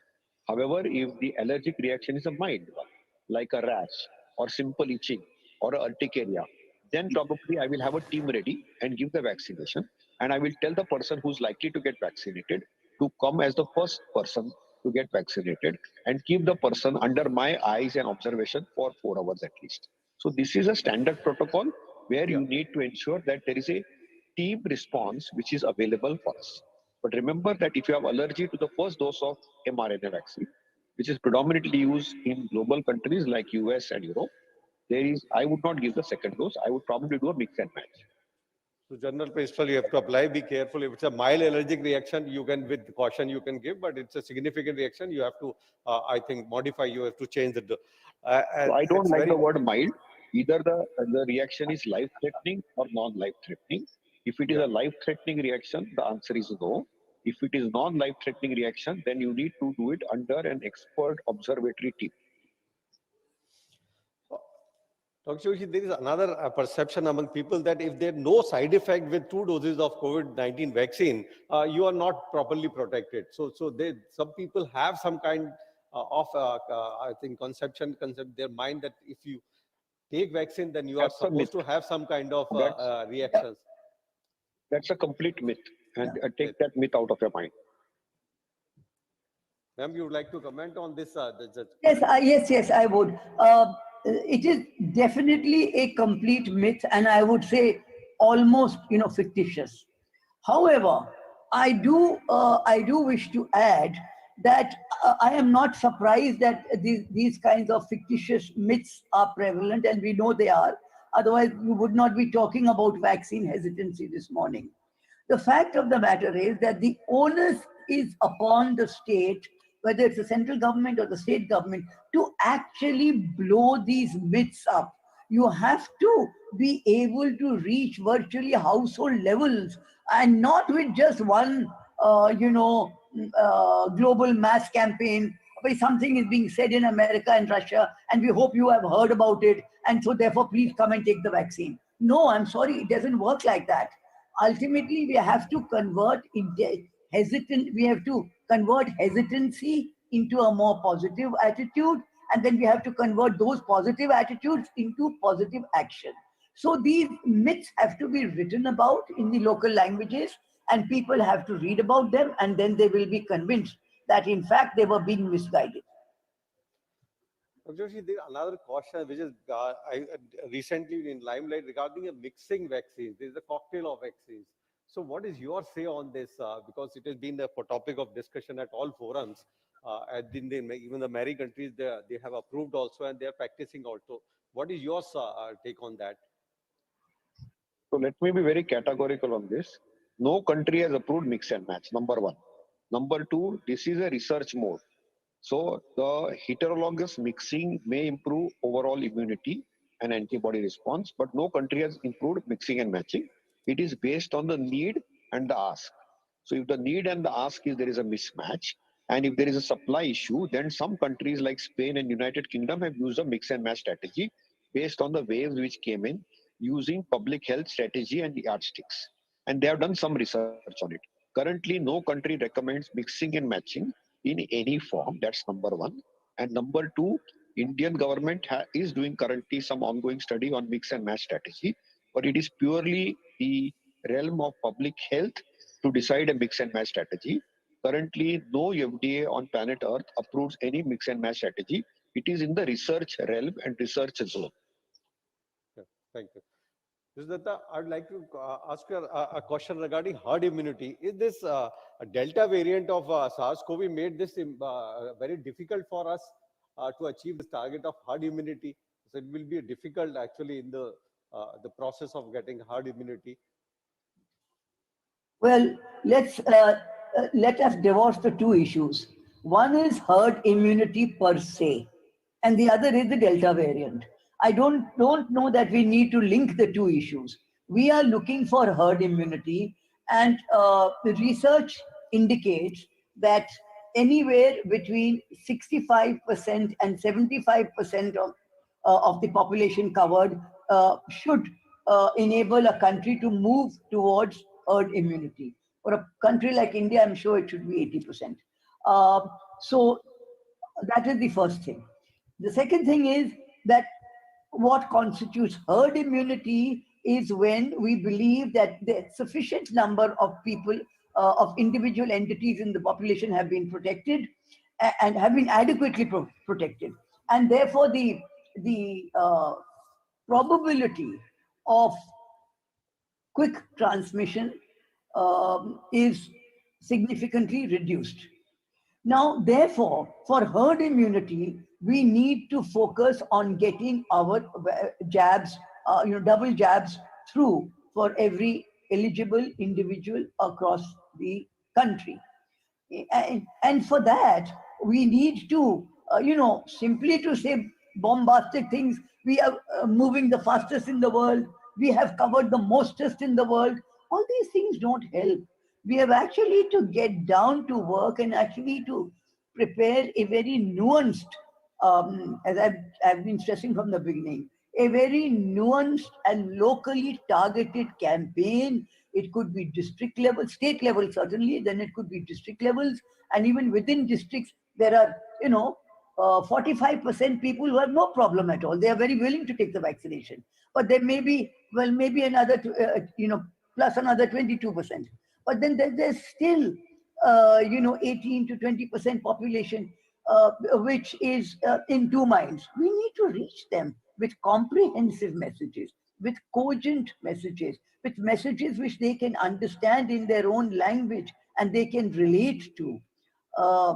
And the other thing is that, in every community, in every subdivision of this country, in every district, people develop faith in role models, in influential voices. It need not only be a celebrity all the time. Celebrities will complement the work done by the foot soldiers.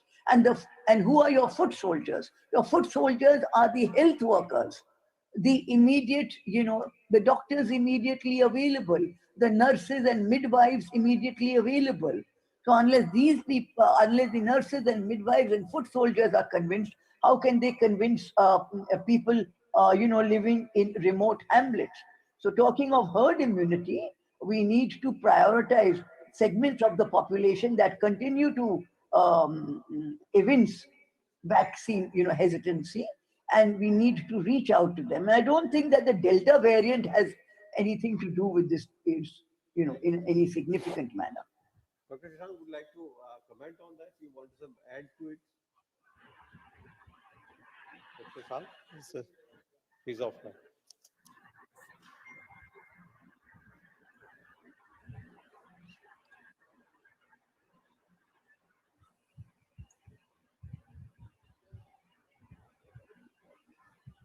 We'll wait for him, or should we?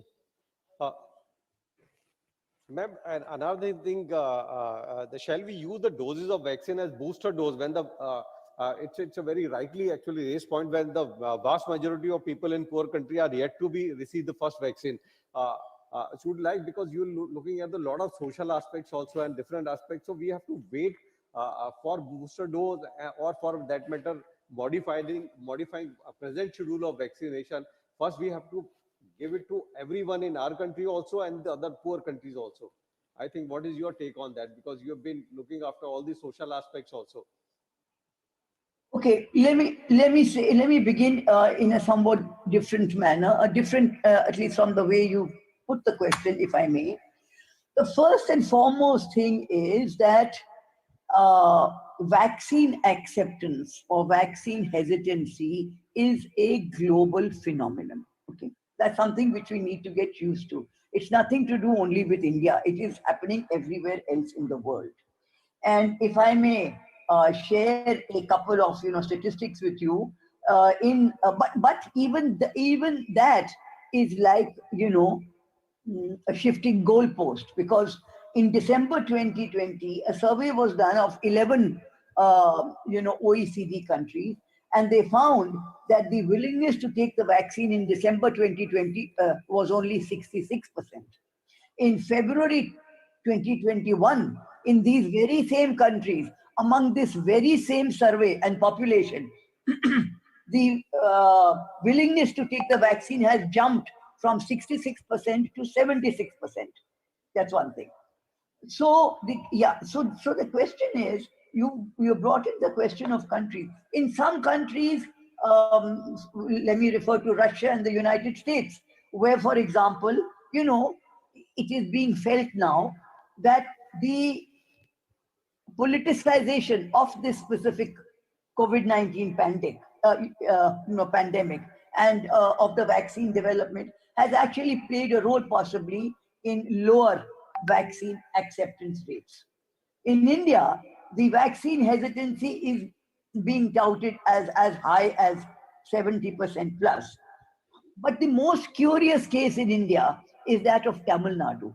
A state like Tamil Nadu, which is highly educated and high literacy, I mean, vaccine, hesitancy in the age groups of 45 to 59 years in a government survey is over 18%. It's 18.2%, which is quite amazing. But to talk about how this affects policy, there are much higher vaccine acceptance rates, surprisingly, in the lower and middle income countries than in the wealthy countries. And therefore, global vaccine distribution so far, which is skewed heavily in favor of the higher income countries, now needs to be prioritized for low and middle income countries. For the simple reason, apart from anything else, the numbers here are much higher, the vaccine acceptance is much higher, and this is justified not only on health equity or vaccine equity grounds, but also it will provide much higher marginal returns on maximizing global coverage faster. Thank you. So any question from audience you want, so I can ask the expert? So if no question, yes.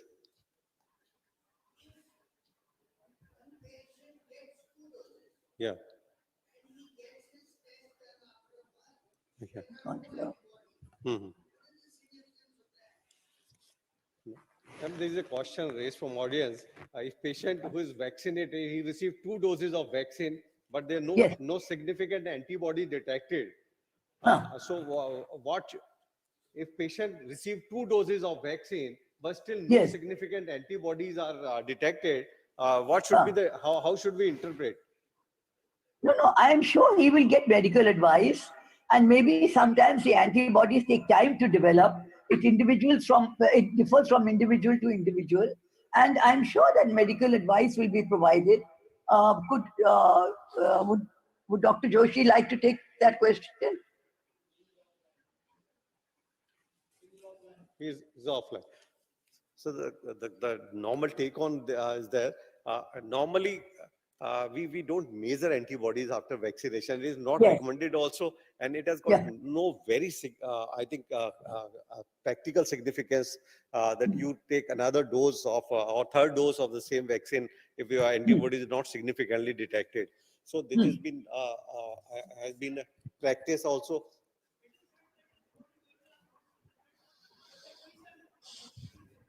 Yeah, it is.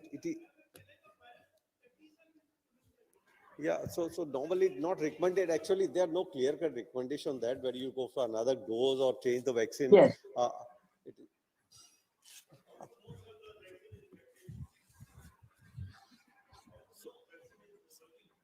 so that is one way. Actually, you are creating immunity through T cells. Also, what he said, there's a Yeah. sensitization also. So that you not all the time you get antibodies. Actually, you get sensitivity. Even so many patients we see there who have been exposed to COVID, they suffered significantly. They still antibodies are not detected. So for that matter, even what they say then the efficacy of the vaccine. So sometimes there's 67%, 80%, 88%. But for severity of illness, it is 100% for almost every vaccine. So they Yes. reduce severity also. You have got T cell immunity also. So you have got sensitization for that matter against the severity also. Yeah. So I think it is one of the, I think, less answered questions how to deal with the antibodies level, and it is not clear. So, but take on that, it will not modify your, I think, present vaccination schedule also. So, thank you, ma'am. Thank you very much for your time and your expertise. Sir, would like to. Thanks, Dr. Meenakshi, Mrs. Thank you. Meenakshi, for your expertise and taking out your time to answer our queries. Thank you. Thank you, Meenakshi Datta Ghosh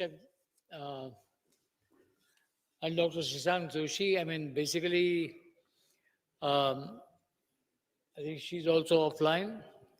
But I think, these vaccines, everybody knows that, vaccines should be taken. But there are a lot of questions surrounding vaccines. And just as, there are a lot of questions surrounding COVID. And not many are able to answer those questions. I think the same can be said of the vaccines. It is only through experience that we will be able to learn more and more about vaccines. And since basically we are also confronting this Delta variant and now Delta plus variant as well. So it is only over a period of time we will know whether we have reached herd immunity, whether with Delta variant herd immunity is possible, not possible, what kind of vaccines may develop to deal with the Delta variant COVID. So I think we will have to keep our anxieties on hold for some time, and whatever is available now, we have to use it to protect ourselves from COVID. Lester? Yeah. Our next speaker, and this is the culmination of our program. This morning we began our day with physical endurance. Following that was the nutritional endurance. And now we are going to deal with mental endurance, how to build the mental endurance. When we talk of mental endurance, what we essentially talk about is the making robust mind, the mind which is focused, motivated, and mind always aiming at higher purpose. This ought to be the raison d'etre of our existence. We must always aim at higher purpose. This notwithstanding, it is also true that mind is the most fragile instrument that we humans operate with. Mind is always subordinated to the life experiences. If our experiences are pleasant, good, our mind is happy. If our experiences are bad, traumatic, our mind is sorrowful. Our nature and type of life experiences dictate the nature and state of our mind.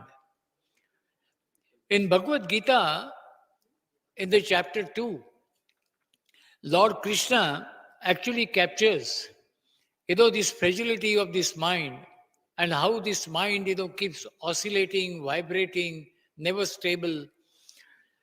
He basically captures the state of mind beautifully in only 4 lines, in 2 verses. He says, Dhyayato Vishayan Pusa Sangasteshu Upajayate Sangat Sanjayate Kamaha Kamat Krodho Vijayate Krodhat Bhavati Sammoha Sammohat Smriti Vibramaha Smriti Bhramshat Buddhinasho Buddhinashat Pranashyati. So this is a very beautiful verse, this Lord Krishna, he narrated in chapter 2. And this basically essentially is the root cause, of why, we are not able to maintain the stable mind, the, the mind, which aims at the higher purpose. Today, we have with us Ashish Vidyarthi. Now, Ashish Vidyarthi, to be very honest, does not require any introduction. Ashish Vidyarthi is one of the India's leading motivational speakers. We always knew Ashish Vidyarthi as a great actor. Very few of you might know that he's also a great motivational speaker, and he's a life coach as well. He ignites the minds in his passion as he believes that the human beings are in this world for a higher purpose. And that purpose is lived each day. This belief has led him to teach, develop, inspire, and ignite more than 1 million people with his talks and shows. Fueled with an unrelenting passion for empowerment of people, leadership, and successful businesses, he works with them to amplify their communication, purpose, and confidence that can cause an influential impact on the world.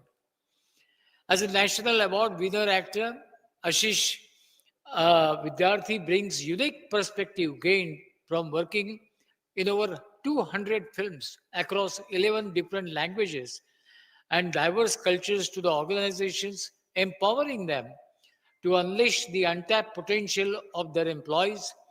He brings the same dedication to his work with business leaders as they strive to empower their teams and achieve extraordinary success. I'm, I'm delighted to present to you Ashish Vidyarthi. Ashish.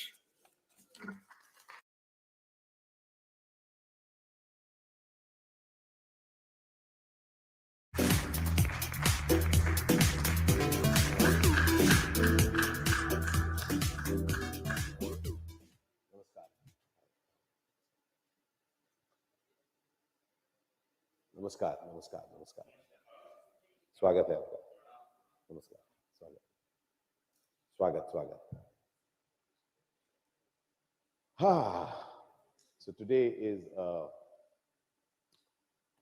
अगर आप लोग चाहते हैं distancing के साथ थोड़े करीबी वाले टेबल्स पर आ सकते हैं मैं वैसे ही बहुत कम दिखता हूं दूर से मतलब मैंने चश्मा नहीं पहना मुझे मैं जानता हूं कुछ लोग और हैं वहां पर तो स्वागत है आप सबका वेलकम वेलकम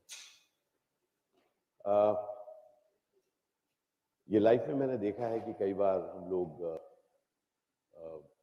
ऐसी वजह से मिलते हैं जो हम चाहते हैं कि ऐसी वजह ना ही हो लेकिन हम मिलते हैं तो आज as we are here today let's make the most of this opportunity just to let you know कई बार होता है ना कुछ मैजिकल होता है I didn't even know why I was coming मैं एक एक्टर हूं और मैं एक स्पीकर हूं और मुझे लोग बुलाते हैं और मैं जाता हूं और एक प्रोफेशनल लाइन में आप जब पहुंचते हैं कई बार पता चलता है अच्छा इसलिए जा रहा हूं लेकिन मैं I love to curate my conversations. I love to find out why I'm there.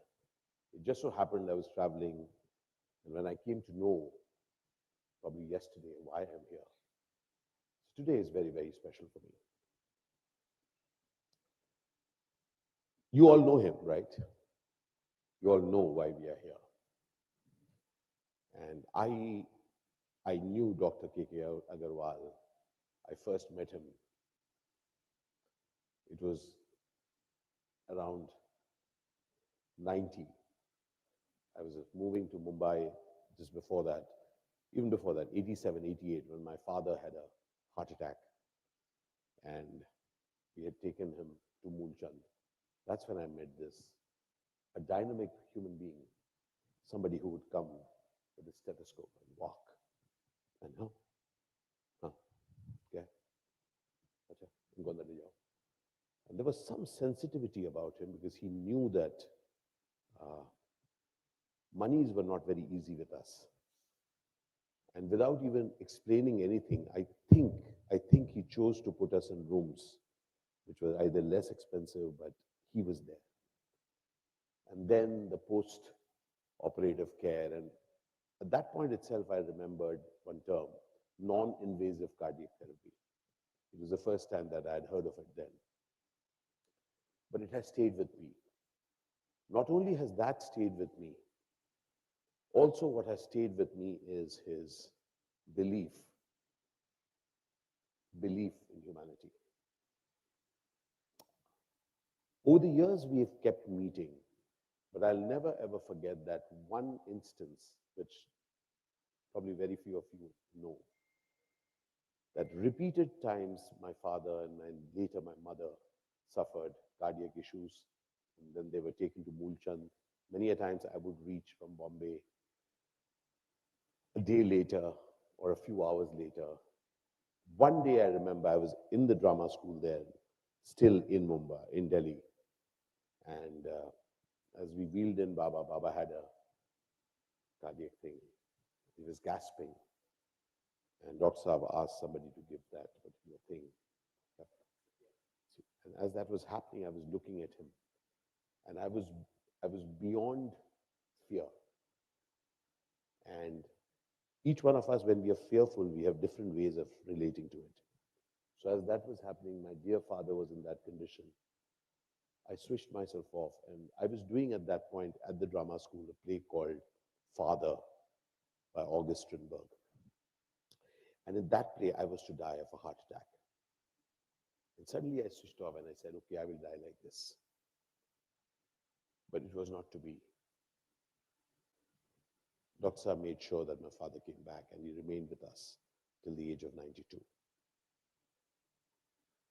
It's not just one instance, it is multiple instances where I have seen him contribute in ways beyond what we can call the call of duty. Today we are here remembering that human being and knowing you.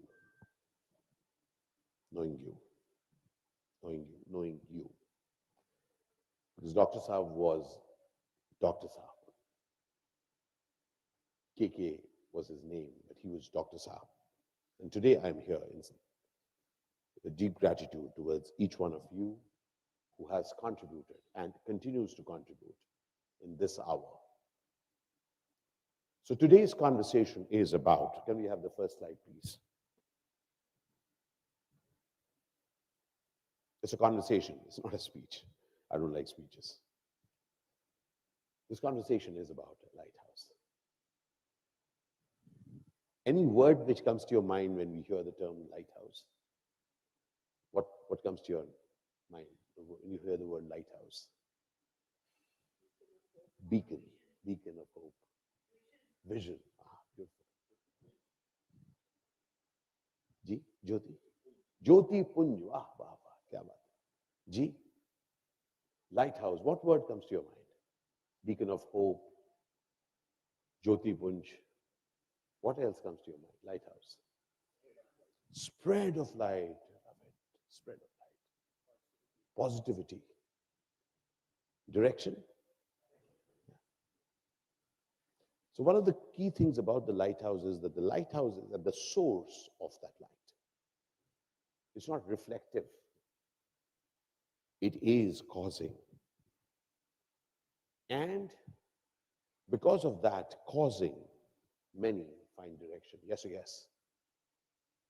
They make sure that others don't go into troubled waters because that beacon is there.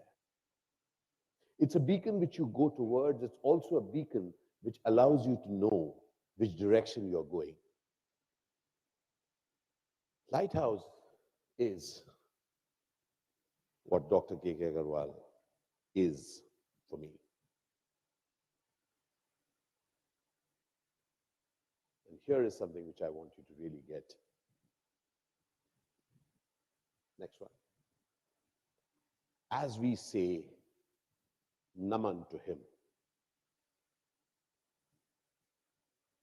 very key part of that naman is, and I learned it a few years back, that sometimes we do our duty by paying respect to that great person. He's great. He's great. as if to absolve myself of that. Let me be very, very clear. I'm very clear that's how Dr. Saab wanted it. I'm here in salutation of the extraordinary doctors in this world. I am in the presence of lighthouses, and I begin with that naman. This conversation is lit by someone, but it is talking of the light that each one of us emanates. This conversation is a conversation about me. Me. It's not a they conversation, it's a me conversation. So I'm ready for a me conversation. Are we? Yeah. Okay. So consider you and I are part of a, what is written there? It's a continuing story, my friend. That's the idea of life. Life has got amazing memories, but those memories are so that you can continue. Yes or yes? I'm getting goosebumps at this moment. I was not thinking about it before coming in. Today I am in the presence of someone whose sorrow and grief none of us will ever understand. But the very fact that she's here, the very fact that you are there, for me, that gives me hope. It tells me this is going to be part of a continuing story. The story hasn't ended. And today, as I get goosebumps at this moment, can we continue this? I really want us to get this conversation is about you and I getting, can we change this please? You and I getting that is part of this continuing story of the doctors community. Part of this continuing story, as you continue, this conversation is about nurturing the nurturers. Because you are doing what you're doing. You know what was earlier considered the call of duty? You know that you've gone much beyond it, yes or yes. In fact, it's for others to say, what about duty hours? Really duty hours. This is the call of life, and this conversation is that I'm in the presence of nurturers. You have saved lives whom I don't know. You have saved lives that even you don't know. Because of you, there are today numbers which are around. We all know of numbers which are not there. Yes or yes? And we feel sad for them and sorry for them. I got it. But how about the numbers which are there? I am one of them. I am a COVID survivor, and I have survived thanks to someone like you. I am here to let you all know that you, the nurturers, this is the time for you to be nurtured. And guess what? Only I can nurture me. Yes?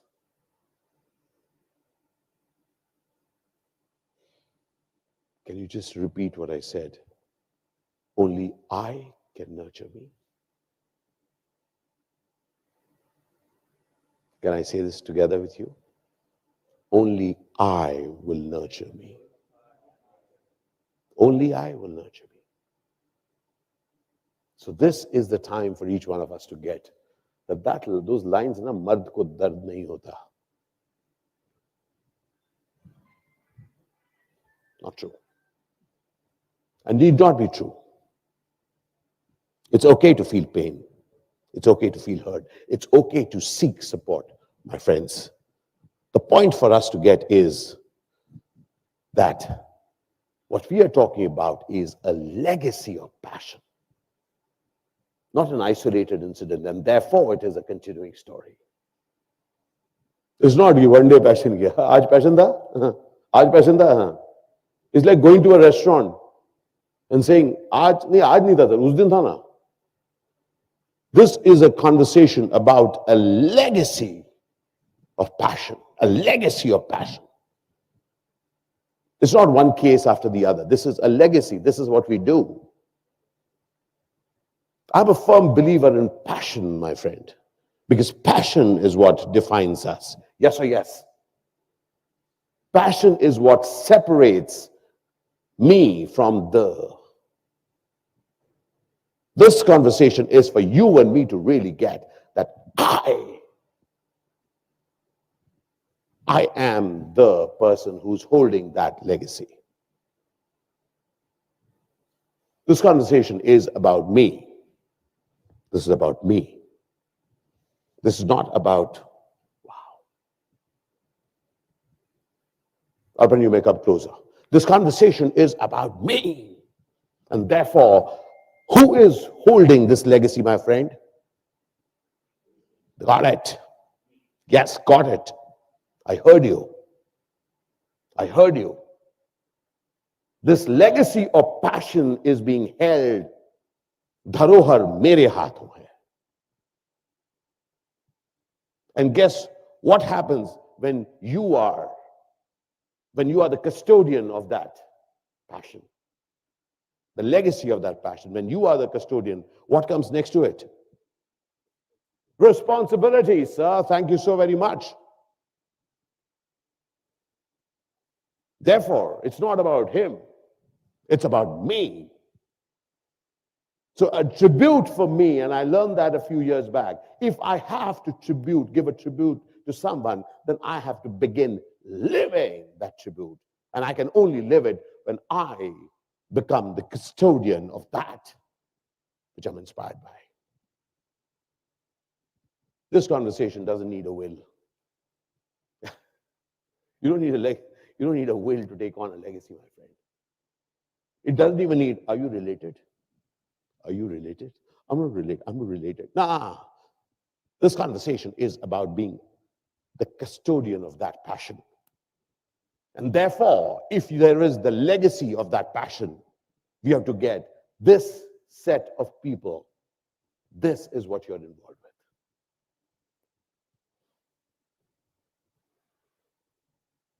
Yes or yes?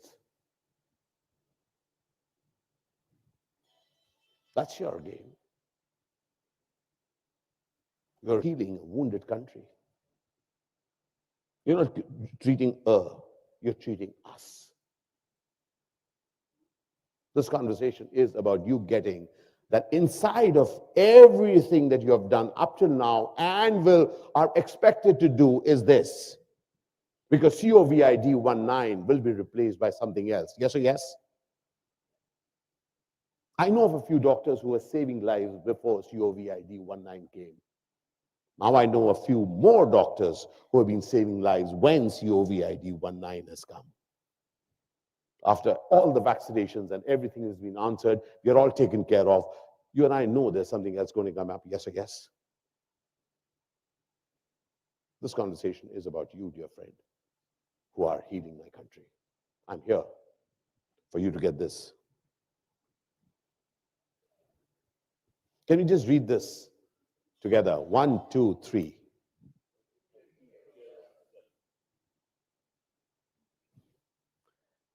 And if you notice, there is no your. क्या लिखा है एक साथ पढ़ेंगे 1, 2, 3. Take care of yourself.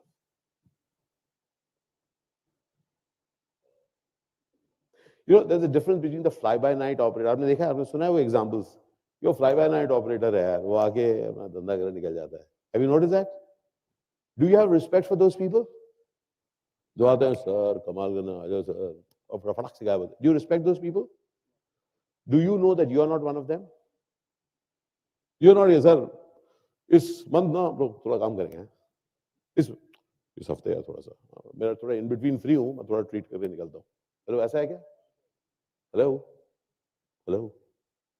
I think everybody is getting very serious, huh? There's a guy who looks like me who acts as a villain. Have you seen that guy? हाँ, looks exactly like me. कई बार मेरे को confuse कर देते हैं लोग.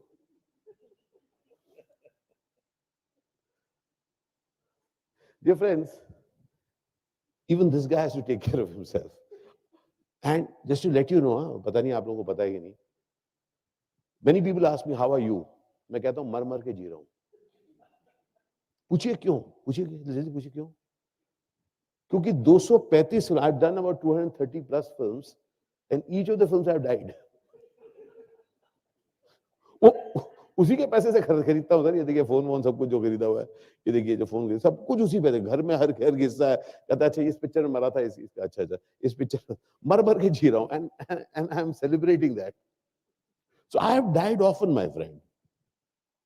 And I'm telling you this guy who's a villain, who's died in 11 different languages. Can you believe it? Somebody dies in 11 languages. I've died in 11 languages. अलग-अलग तरीके से मरा हूं. I know the value of taking care of the self. You have to take care of the self. खुद को नहीं संभाला तो बॉस मैं कल काम नहीं कर पाऊंगा. The critical part in life is take care of myself. I'm just wondering, क्योंकि मैंने ना मेडिकल पढ़ाई नहीं की है. आप लोगों को कुछ ऐसा होता है कि कुछ नहीं होगा टाइप्स? ऐसा कुछ नहीं है ना? इंसान होना भाई, है ना? तो this conversation is for you. This conversation is for you. And a key part is, many times we are looking after our health, BP ठीक है, sugar ठीक है, बाकी क्या हालत है? This conversation is for this, because I know that you're going through stuff. I know that you're going through stuff. So a key part is, I am having a conversation with a professional contributor. कुछ लोग होते हैं ना बीच-बीच में contribute करते हैं. This is I'm talking to professional contributors. Your life is about contribution. Your life is about contribution. I mean, just a few months back, there's somebody here, a dear friend of ours, whom we are continuously calling. क्यों? क्योंकि oxygen का वो देना है. पूरी रात जगकर वो दे रहे हैं. न सिर्फ हमको, न जाने कितनों लोग. कुछ कंटिन्यूअसली करे जा रहे हैं. डॉक्टर के अग्रवाल क्या कर रहे थे? One after the other, वो इंस्टाग्राम पर lives करे जा रहे थे. And I had the greatest privilege. I was one of the first people that he interviewed.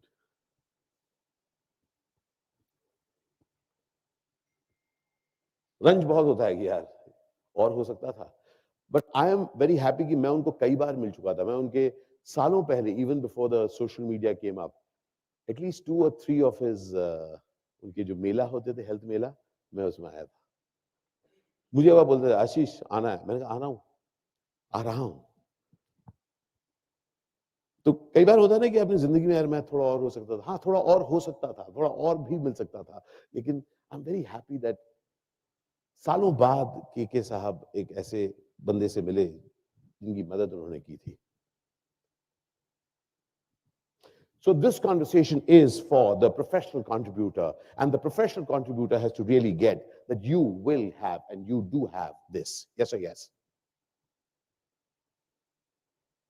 There is a fatigue of contribution. लोगों को लग सकता नहीं सर आपका तो काम ही देना है. What a giver he is यार. ऐसे उसको पूछो यार उसको क्या चल रहा है. क्योंकि इंसान है वो. Just to let you know, I'll just tell you in a very vague thing. What we do is निमिष मात्र भी नहीं जो आप लोग करते हैं, पर मैं आपको बताता हूँ. You know, when people infringe upon our time, when I'm in the worst of times, and I will tell you, Moolchand hospital का किस्सा कभी नहीं भूलता. मेरी कुछ फिल्में हिट हो चुकी थी.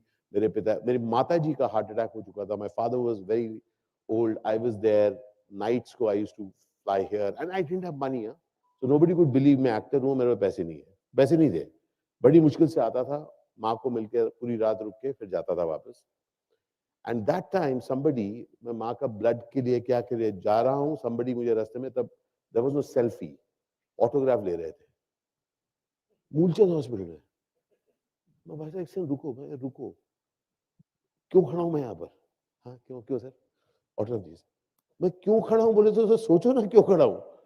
सर कोई पेशेंट है. मैंने मेरी माँ है. अच्छा अभी कैसी है सर? मेरा नाम लिख दिया. वो पेशेंट ठीक है, वो नाम लिखवा रहे हैं. What I'm trying to share with you is that we as human beings, हम बहुत ज्यादा सेंसिटिव नहीं है. अगर हमको लगता है कि दुनिया सेंसिटिव नहीं है, दुनिया बहुत ज्यादा केयर नहीं है. So therefore, in that world, you are doing whatever you're doing. and you're there. Oh, it's a very nice COVID warrior. It's not a line, my friend. I've seen you operate. You see, when I was in hospital 10 days here, I saw the people, the way they were working. And I could see in them, and I told them that, I could see that they were doing the work long before they were vaccinated. And you are one of them, my friend. And I'm letting you know that you have the fatigue of contribution. Or kyunki you are the professional contributor, it is my responsibility to take care that I don't get exhausted. Just like as you tell your patients, hey, listen, you have to take care. Electrol lena hai, you have to take care of yourself. You are getting fatigued. This conversation is for you to get. It's completely okay for you to acknowledge your fatigue and take care. This conversation, I'm here for that. This contribution that you are making towards life, I'm inviting you to deal with your life and yourself. Because life is what a lot of people expect from you. Yes or yes? Yes or yes? People expect from you. And self?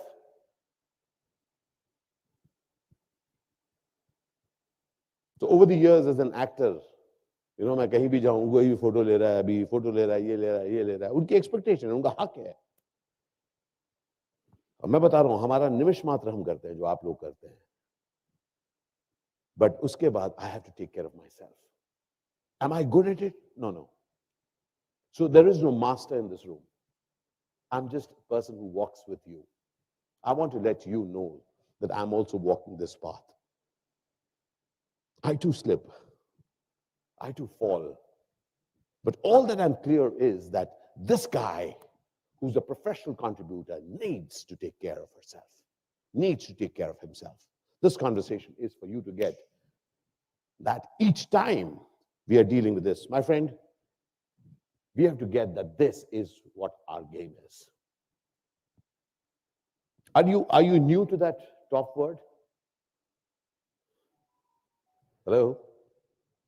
It's part of your job, right? It's part of your job. My dear friend Ashish Kanujo in Pune, he's Pune's first heart replacement surgeon.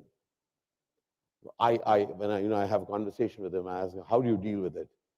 He says, I am called because of a crisis. Same for you, right? People don't call you, sir, शादी पे आइएगा. Phone जब करते हैं midnight पे उनको कोई जरूरत होती है. And you are dealing with somebody's crisis. Yes or yes? And this conversation is for you to slightly alter yourself and really get how will it be if that crisis becomes your ally.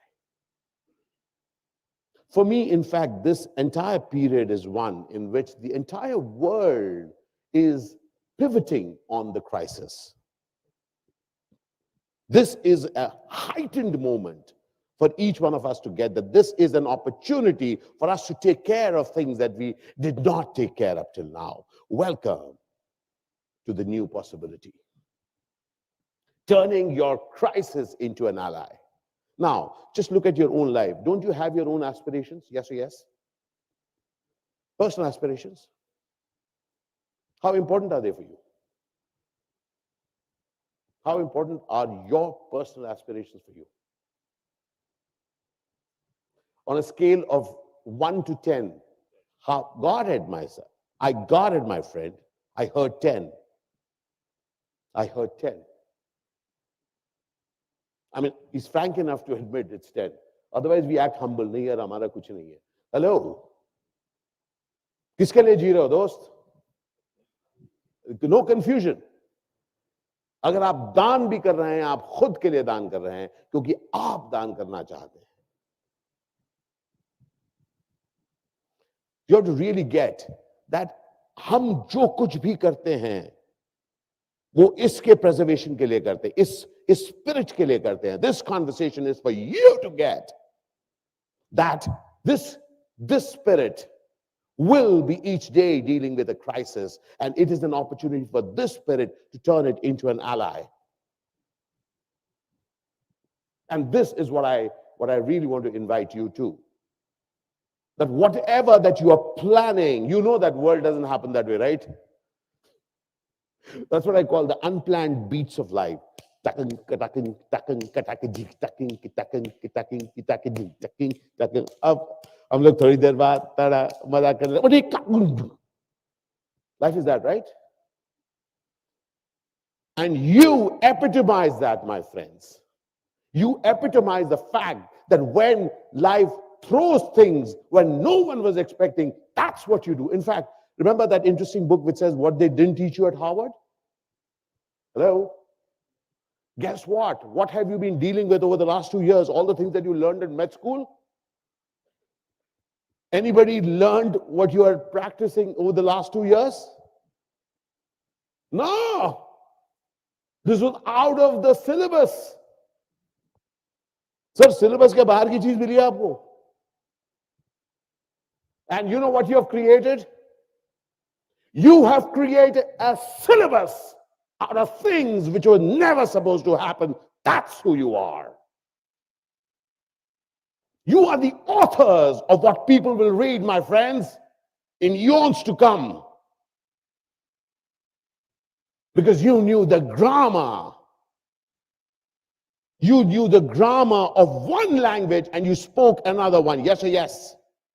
That's who you are. You didn't practice what you were taught. You didn't know what was happening. I was listening to the questions today. No one knows. Kab tak last karega? What if antibodies are there? Not, I was hearing it all. No one knows, my friend. This life is saying, stop. Stop wanting those answers. There are no answers. There's only the ability and the willingness to move. Yes or yes? There are no known ways. Anyone uses Google Maps? Yeah, all of us. Have you heard the term rerouting? We've been rerouting. Yes or yes? आप पता है, you're gone. सीखा है, you're gone. Sorry, am I off? All the things that you learned, out. What do you do with what you have is what you are doing, my friend. That's what my definition of life is. Life is not what you do with what you have. क्या करें यार, यही अपनी जिंदगी है ना यार, अभी कुछ है नहीं ना करने को. तो पता ना कितनी प्रॉब्लम है, इतना प्रॉब्लम है. क्या है? What do I do here? This is what life. You have already proven that life is not what you do with what you have. Life is what all you can do with what you have. Are we there on this? This conversation is for you leaders who are actually players in the unplanned beats of life. When life changed the beats, you played. You played. You really played the game when you got that there is a huge difference between the privileges and the entitlement. मैं आपको बताता हूँ, as an actor, you know, when I moved from Delhi and went to Mumbai to become an actor, that time it was Bombay. Of course, all of you from Delhi, right? Across the country, okay. So I'll talk to the people who are not from Delhi, and I'll tell you why. Because if I tell people from anywhere in India I'm from Delhi, they're impressed. Delhi, capital of India. But I meet somebody from Delhi, what will you say if I say I'm from Delhi? सच बताओ, कहां से? कहां से? दिल्ली वाले ऐसे नहीं आने देगा, दिल्ली और दिल्ली नहीं, कहां से? तो देन मुझे कहना पड़ेगा फ्रॉम लक्ष्मी नगर. दिल से, ओ जमुना पार. दिल्ली वाले हंसे, बाकी कोई नहीं हंसा. बाकी people are wondering what is Ashish talking about. What is Jamna Par? You must ask the Delhiites. See, Delhi has a river. It's called Yamuna. Okay. Now, Yamuna is mostly dry. आजकल गीला भी रहता है क्या? हमारे time पे तो perpetually सूखा रहता था, बरसात में पानी भर जाता, बाढ़ आ जाती थी. हाँ, बहुत प्रॉब्लम था. But Jamna was important for us क्योंकि मैं किसी को भी कहूँ I'm from Lakshmi Nagar, वो कहता है वो जमुना पार. अरे साहब, क्योंकि जमुना पार is like you are looked down upon. Right now, Delhi has become very large-hearted. People who live in Agra, people who live in Jaipur, they all say part of Delhi NCR. वो सब Delhi NCR में hello Agra है क्या नहीं sir वो NCR में आता है मैं एनसीआर किधर आता हूँ ठीक है तो अभी तो एनसीआर था तब पहले दिल्ली वाज लाइक दिल्ली उस दिल्ली में मैं जमुना पार ओके और उसके बाद कुछ लोग अंडरलाइन कर देते अच्छा तो लक्ष्मीबाई नगर होगा ना नहीं सर लक्ष्मी नगर तो कंफर्म्ड कहते ना डायग्नोसिस कंफर्म्ड है हाँ अच्छा अच्छा जमुना पार ना ओके ओके और इंग्लिश में ट्रांस से बना oh, you're from, he's from Trans-Yamuna. Trans-Yamuna. नीचे देखो. अब, in coming from Trans-Yamuna, I wanted to be an actor. Okay? एक तो, अच्छा, Delhi never been politically correct, ना? Delhi में politics है, but no politically correct. So, everybody inside my house, my parents, my mother, father, very loving. पर gate के बाहर निकलते ही पूरी दुनिया मेरा नाम जानती. कैसे? मेरे रंग के साथ मेरा मुझे पुकारते थे है ना तो दिल्ली गॉट नो प्रॉब्लम अब मैं वो लूंगा भी लोग कहेंगे you are talking but that's exactly I grew up that way people outside my house calling me by the colour of my skin now did I feel bad of course I felt bad but I also realised one thing even if I feel bad that they call me by the color of my skin, even if I feel bad that they call me from Jamna Par, what matters is what I wish to do in my life. And I very easily got that if I look at entitlement, mera to banta hai yaar, nobody cares. Nobody cares what I think I want. The only person who cares for what I really want is me. That's right. This conversation is for you and I to get. That over the years in your life, if you look, from the selfish me, you are now a me. Yes or yes? This conversation is for you and me to really get that you and me have an expanded me, in which more are involved, in which more are welcome. So therefore, this is the conversation for you to get, that if the more can be involved, this me has to be taken care of. There's a lot at stake, my friend.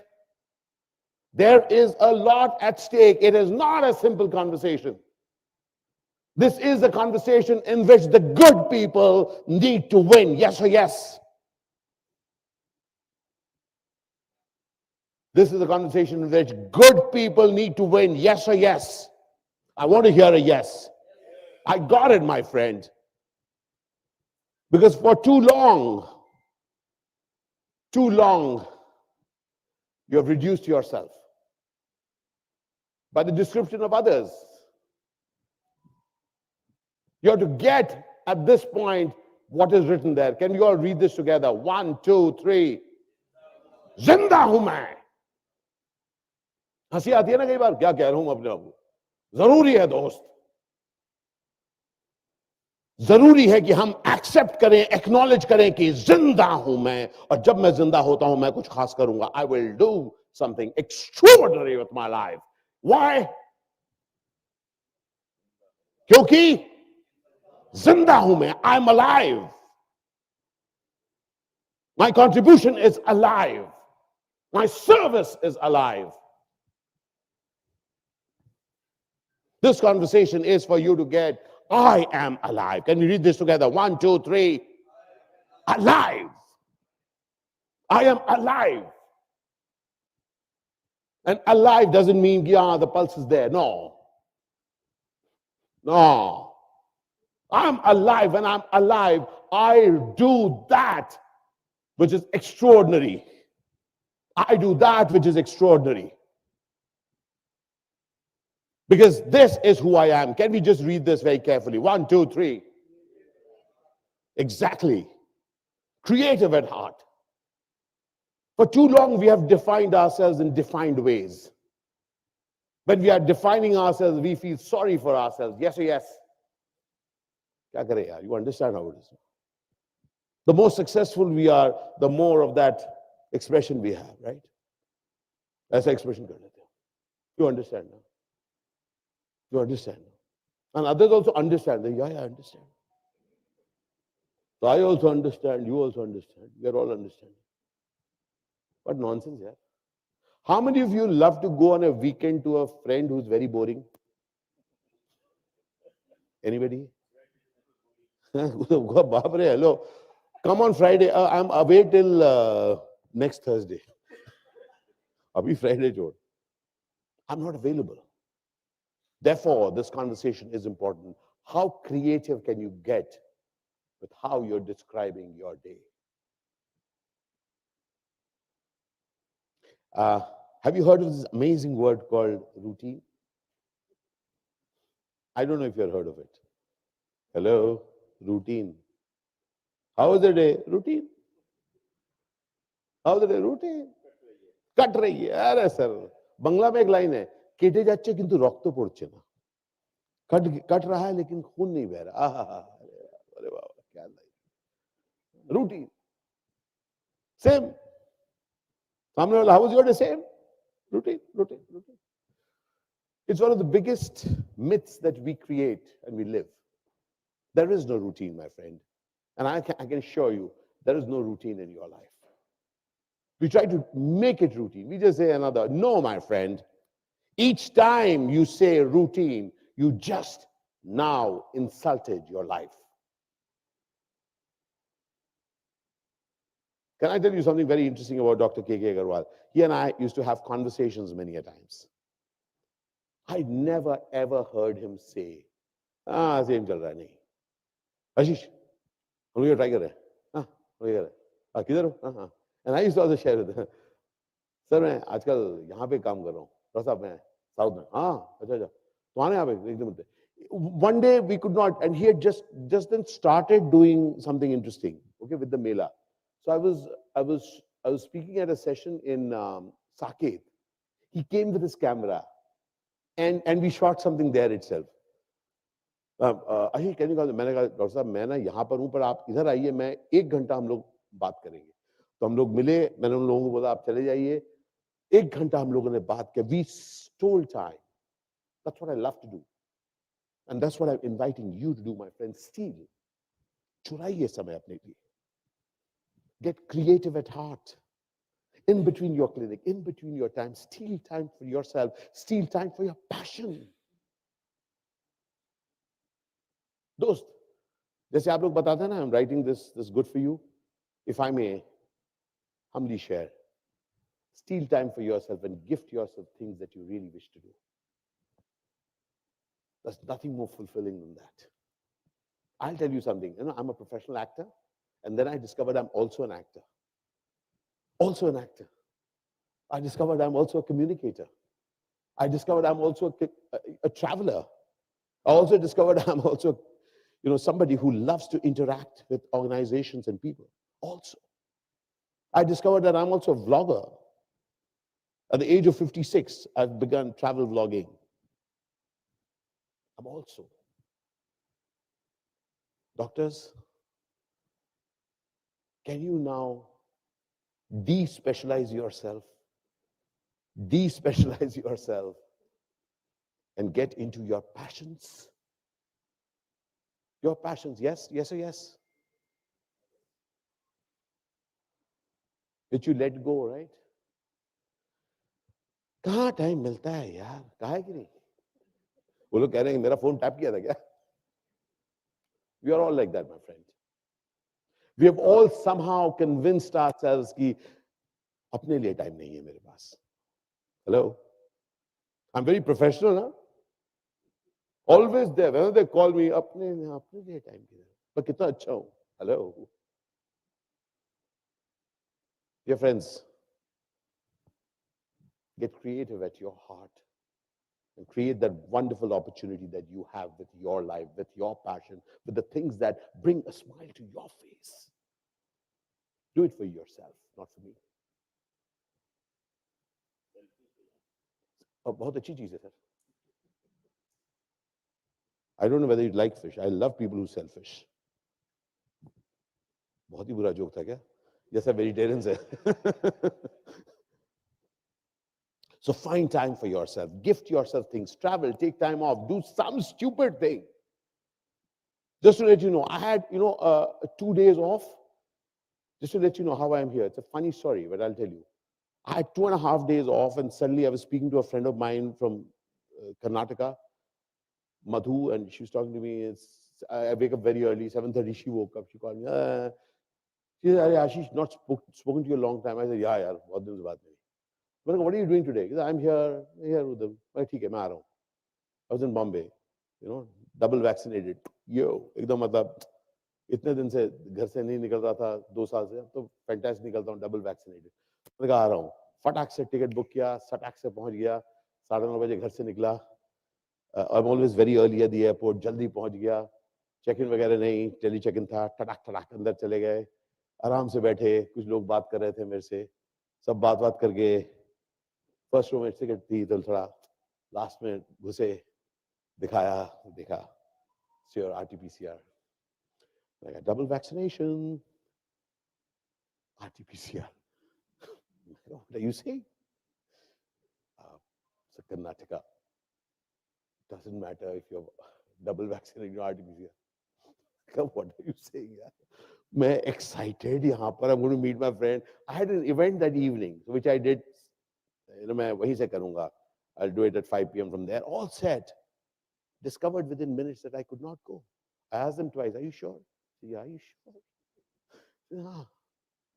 मैंने कहा गया, ticket उठाया, भड़ाक से बाहर निकला, पूरा बैंगलोर चला गया, ढह गया. बाहर आते आते मैंने कहा, बॉस मैं अब अपसेट तो नहीं रहने वाला. बाहर जाते जाते I called a dear friend of mine. मैंने कहा मैं तेरे घर आ रहा हूँ, अंधेरी इसमें रहता है. I went and did the 5 p.m. event with them, and 6 p.m. I was on a car to Pune. Very funny. There I'm heading. It was a Saturday or something. That's when I got a call for this event. So they said, are you free this Sunday? I said, yeah, possibly. Yeah. I don't even know what event. Some event they want you to speak somewhere. Yeah, okay, all right. So I said, please speak to my team. Wo team handle kar. Main Pune gaya. I did 2 days of vlogging. I stole time with my childhood friend. 48 hours I spent with him. We chatted. उसके घर में renovation चल रहा है. हम दोनों एक bed पे छोटे से एक कमरे में सोए, क्योंकि बाकी पूरा कमरा टूटा हुआ था. ये सब all that. उस धूल फूल के बंदे मेरे I got asthma and all that. Nothing happened to me. I was stealing time for myself. And guess what? As I came here, that's when I came to know this is what I'm coming for. Guess what? I have to get creative. Otherwise, I will just be hurt. Yes or yes? Get creative, my friend. Life is available to you.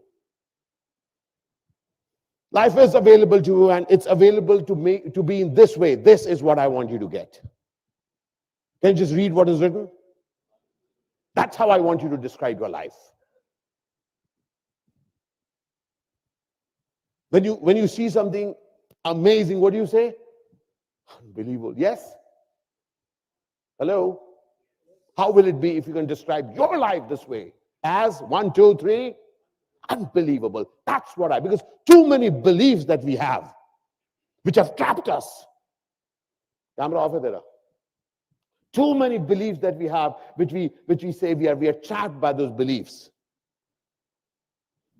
Unbelievable. Next. A key part of this conversation is that each one of us will find that first line true. Kya likha hai? You'll agree? Please look at the last line. I only look for that one reason. I've got more than enough reasons why this can't be done, this can't be done, this can't be done, this can't be done, this can't be done. And if I need help, I go to more people who will give me many more reasons, not 100,000 reasons. This one person that we are here for today, he lived his life for that last one line, one reason why he could. Yes or yes? Which is the lighthouse I'm talking about? And me, that's right. That's right, sir. This conversation is not about him. This conversation is about me, who embodies what he stood for. This is the name of the game. What better tribute? Hello? What better tribute that you become that who inspires? Do you realize there's no place to hide? Hello? तारीफ करके नहीं बचने को मिलेगा दोस्त.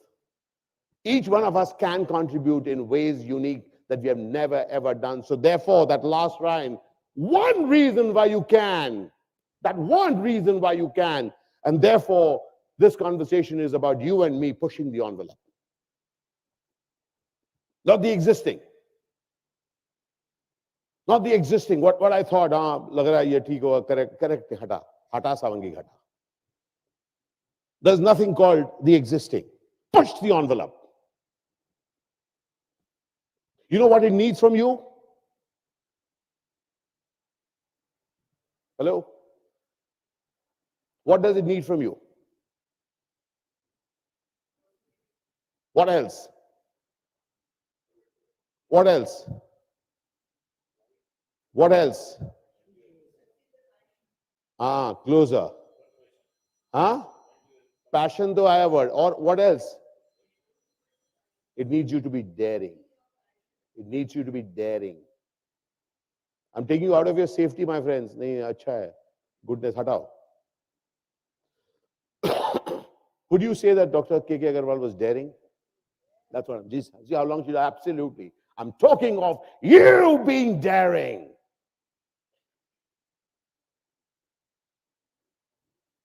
This conversation is, if you're talking of pushing the envelope, I am inviting you to be daring, my friends.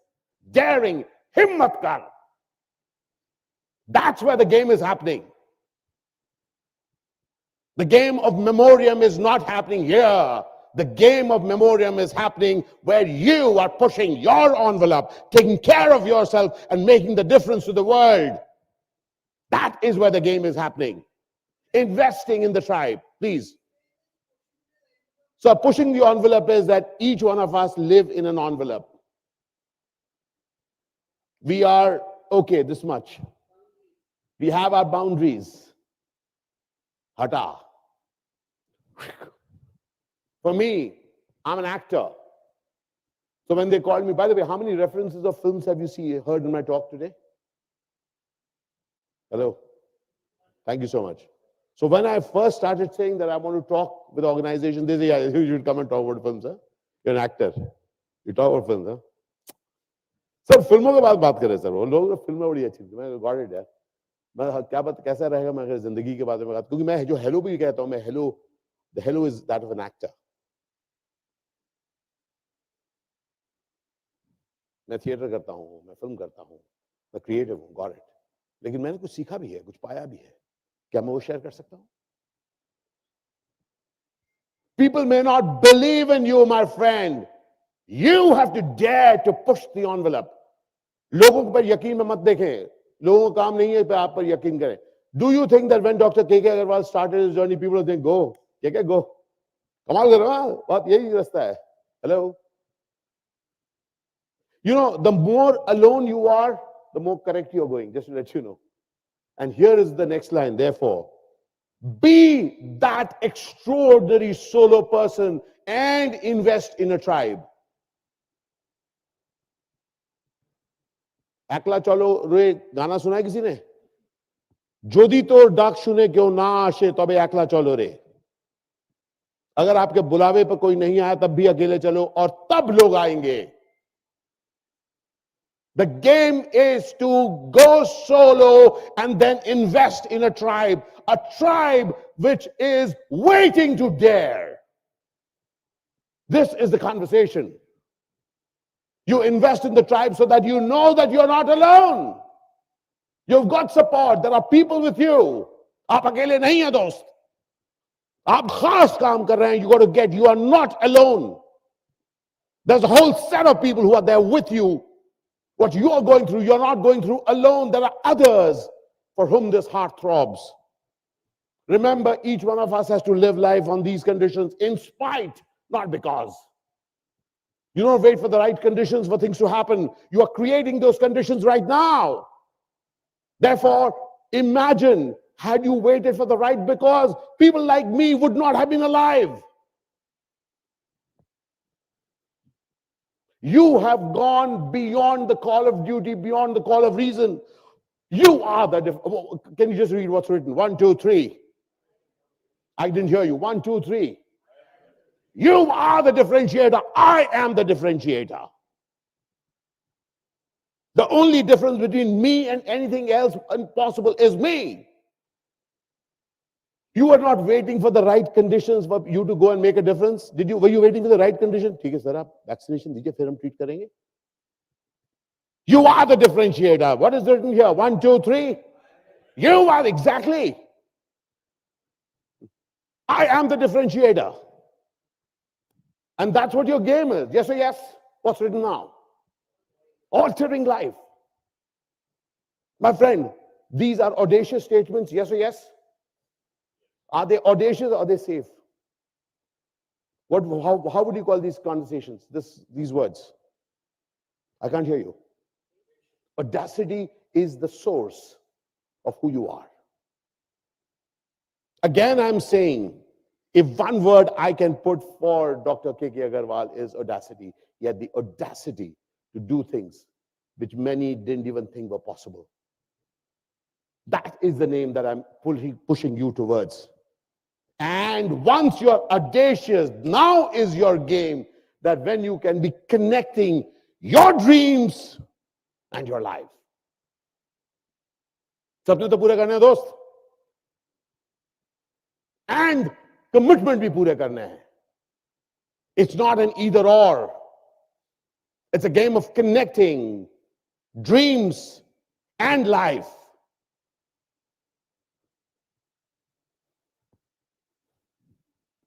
And as we are coming to the end of this conversation, I want to give you a billion thanks. A billion thanks. I want to let you know that you matter. I want to really let you know that each one of you, each those days, nights, evenings, and those hours which we know nothing about, each of you, each of the contributions and the lives that you have saved, they could not come to thank you. I have come to thank you for that. And I want you to hear me. I'm speaking to you, sir. And to you, sir. And to you, ma'am. And to you, ma'am. And to you, sir. You have saved lives. And it was your job. And thank you for doing your job amazingly. We sometimes think that I want you to get. Please change it. The moment I point, please change it. I want you to do this for yourself. What's written here?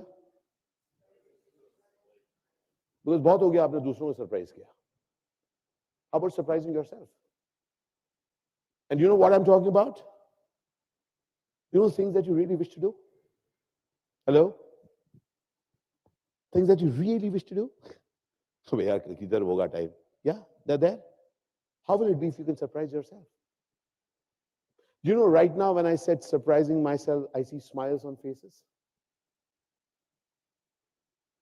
Believe in yourself, my friend.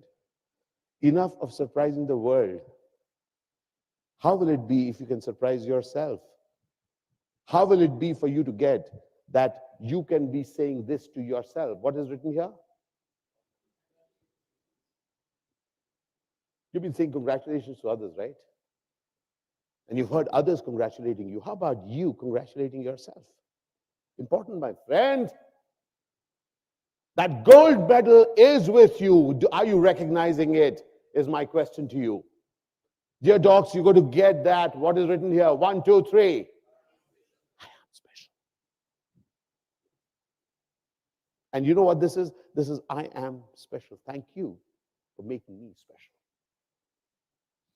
You getting a sense of what I'm sharing? मैं शुक्रगुजार हूं कि मुझे special होने का मौका मिला है. That's who you are. That's a critical part for you to acknowledge who you are and for you to get this. What's written here? 1, 2, 3. I am the lighthouse. Not I will be. Not I could be. What's written here? I am the lighthouse. And therefore, when you say that I am the lighthouse, it comes with responsibility, yes? Responsibility towards your work and responsibility towards the... Yes.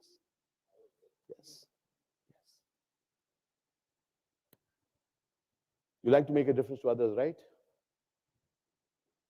How would it be if you have the same bit of commitment for yourself?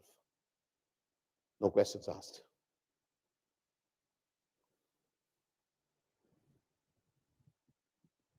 I want to take this opportunity to thank Mr. Lester, Mr. V.S. Joshi.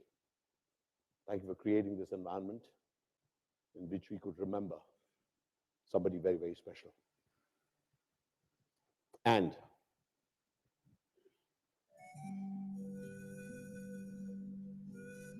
I want to thank Dr. K.K. Aggarwal. Because thanks to him, I had my parents with me. I lost them many times, but he brought them back as if by magic. Not only did he bring them back for me, I know he brought them back for many, but he respected and he had empathy for where we were. With no money, very little money. But he took care, never made us feel small. Made us feel great. Another very interesting thing, why I respected him a lot. After I became an actor, I noticed he was the same warm self as he was before.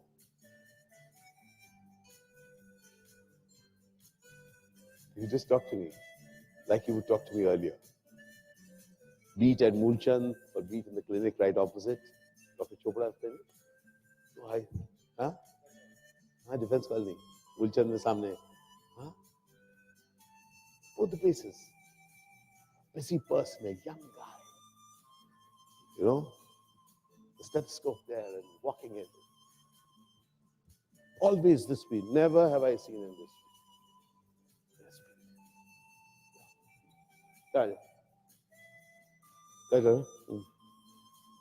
When I met you yesterday, I said, I heard him.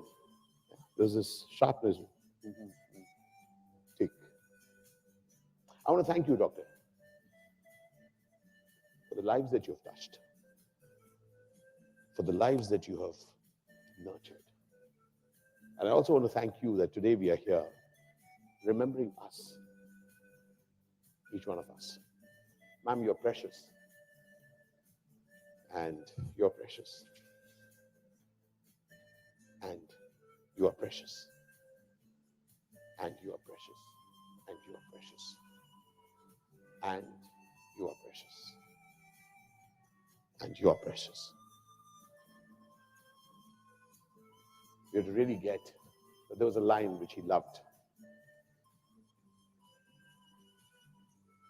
Sachmuch abhi baki hai bachcha. It's an absolute privilege for me to be here amidst you all, knowing fully well that this story shall continue, because you are the custodians of this legacy of taking care. Namaskar. Thank you.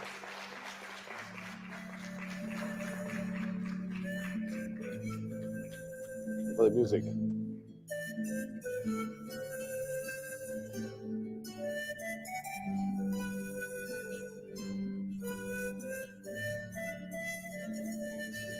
Thank you so much.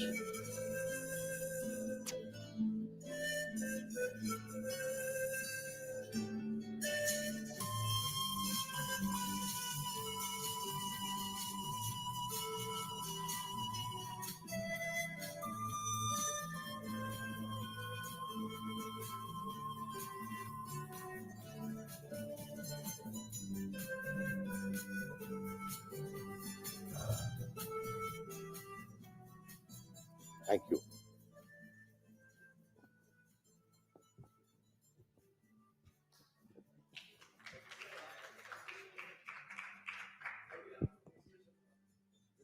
वो सब होगा.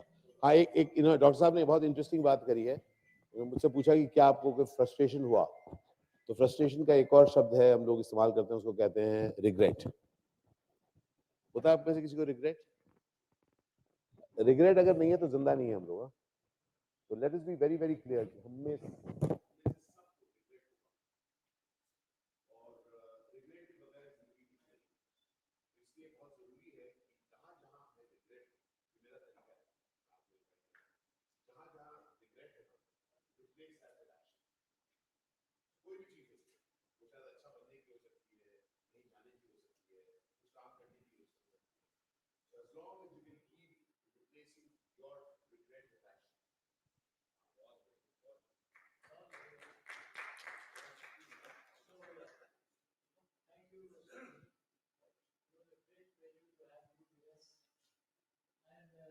While you were speaking, I was just thinking in my mind, basically, thought of certain personalities like an onion. You peel off, one layer after another, peel off one layer after another, and the new personality, the new fragrance, the new flavor comes out of it. So basically, we, as you rightly said, that we have, uh, the we are conditioned for every individual, like Ashish Vidyarthi is an actor. But we never thought, As an actor and who looks like an actor who does villain roles. yeah, the person who has died 11 times in different 11 languages. 230 films I've died. 230, yeah. Oh, yeah. Died in Two- 11 languages. Yeah. But today, he enlivened us. He never died. He enlivened us. It was, your talk was so stirring. It was so inspiring that, basically for the first time, we were compelled to think, basically, there is also something within us, we never recognized it. Okay, and there is something great that we can turn out. Okay, and this was something which is unmatched, and this was a great learning for us. It was a great learning for us. Now every time I'm going to watch your movie, I'm never going to watch you as a villain. So thank you very much. It was a great pleasure. And I must say billions to you. Thanks. Okay. Lester, can I? Um,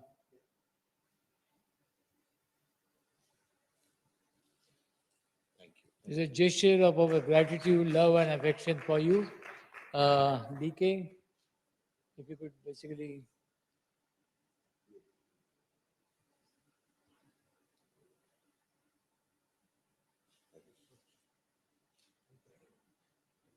Madam?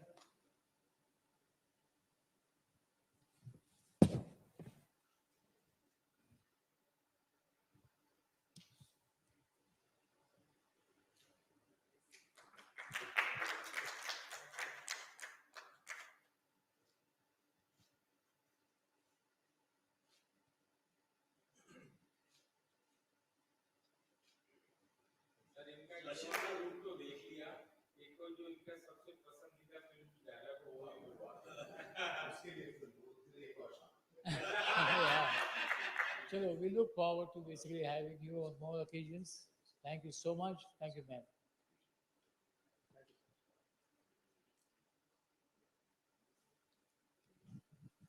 So all good things must come to an end, as Bible said. I declare conclusion of this symposium, and please join us for lunch now. Thank you.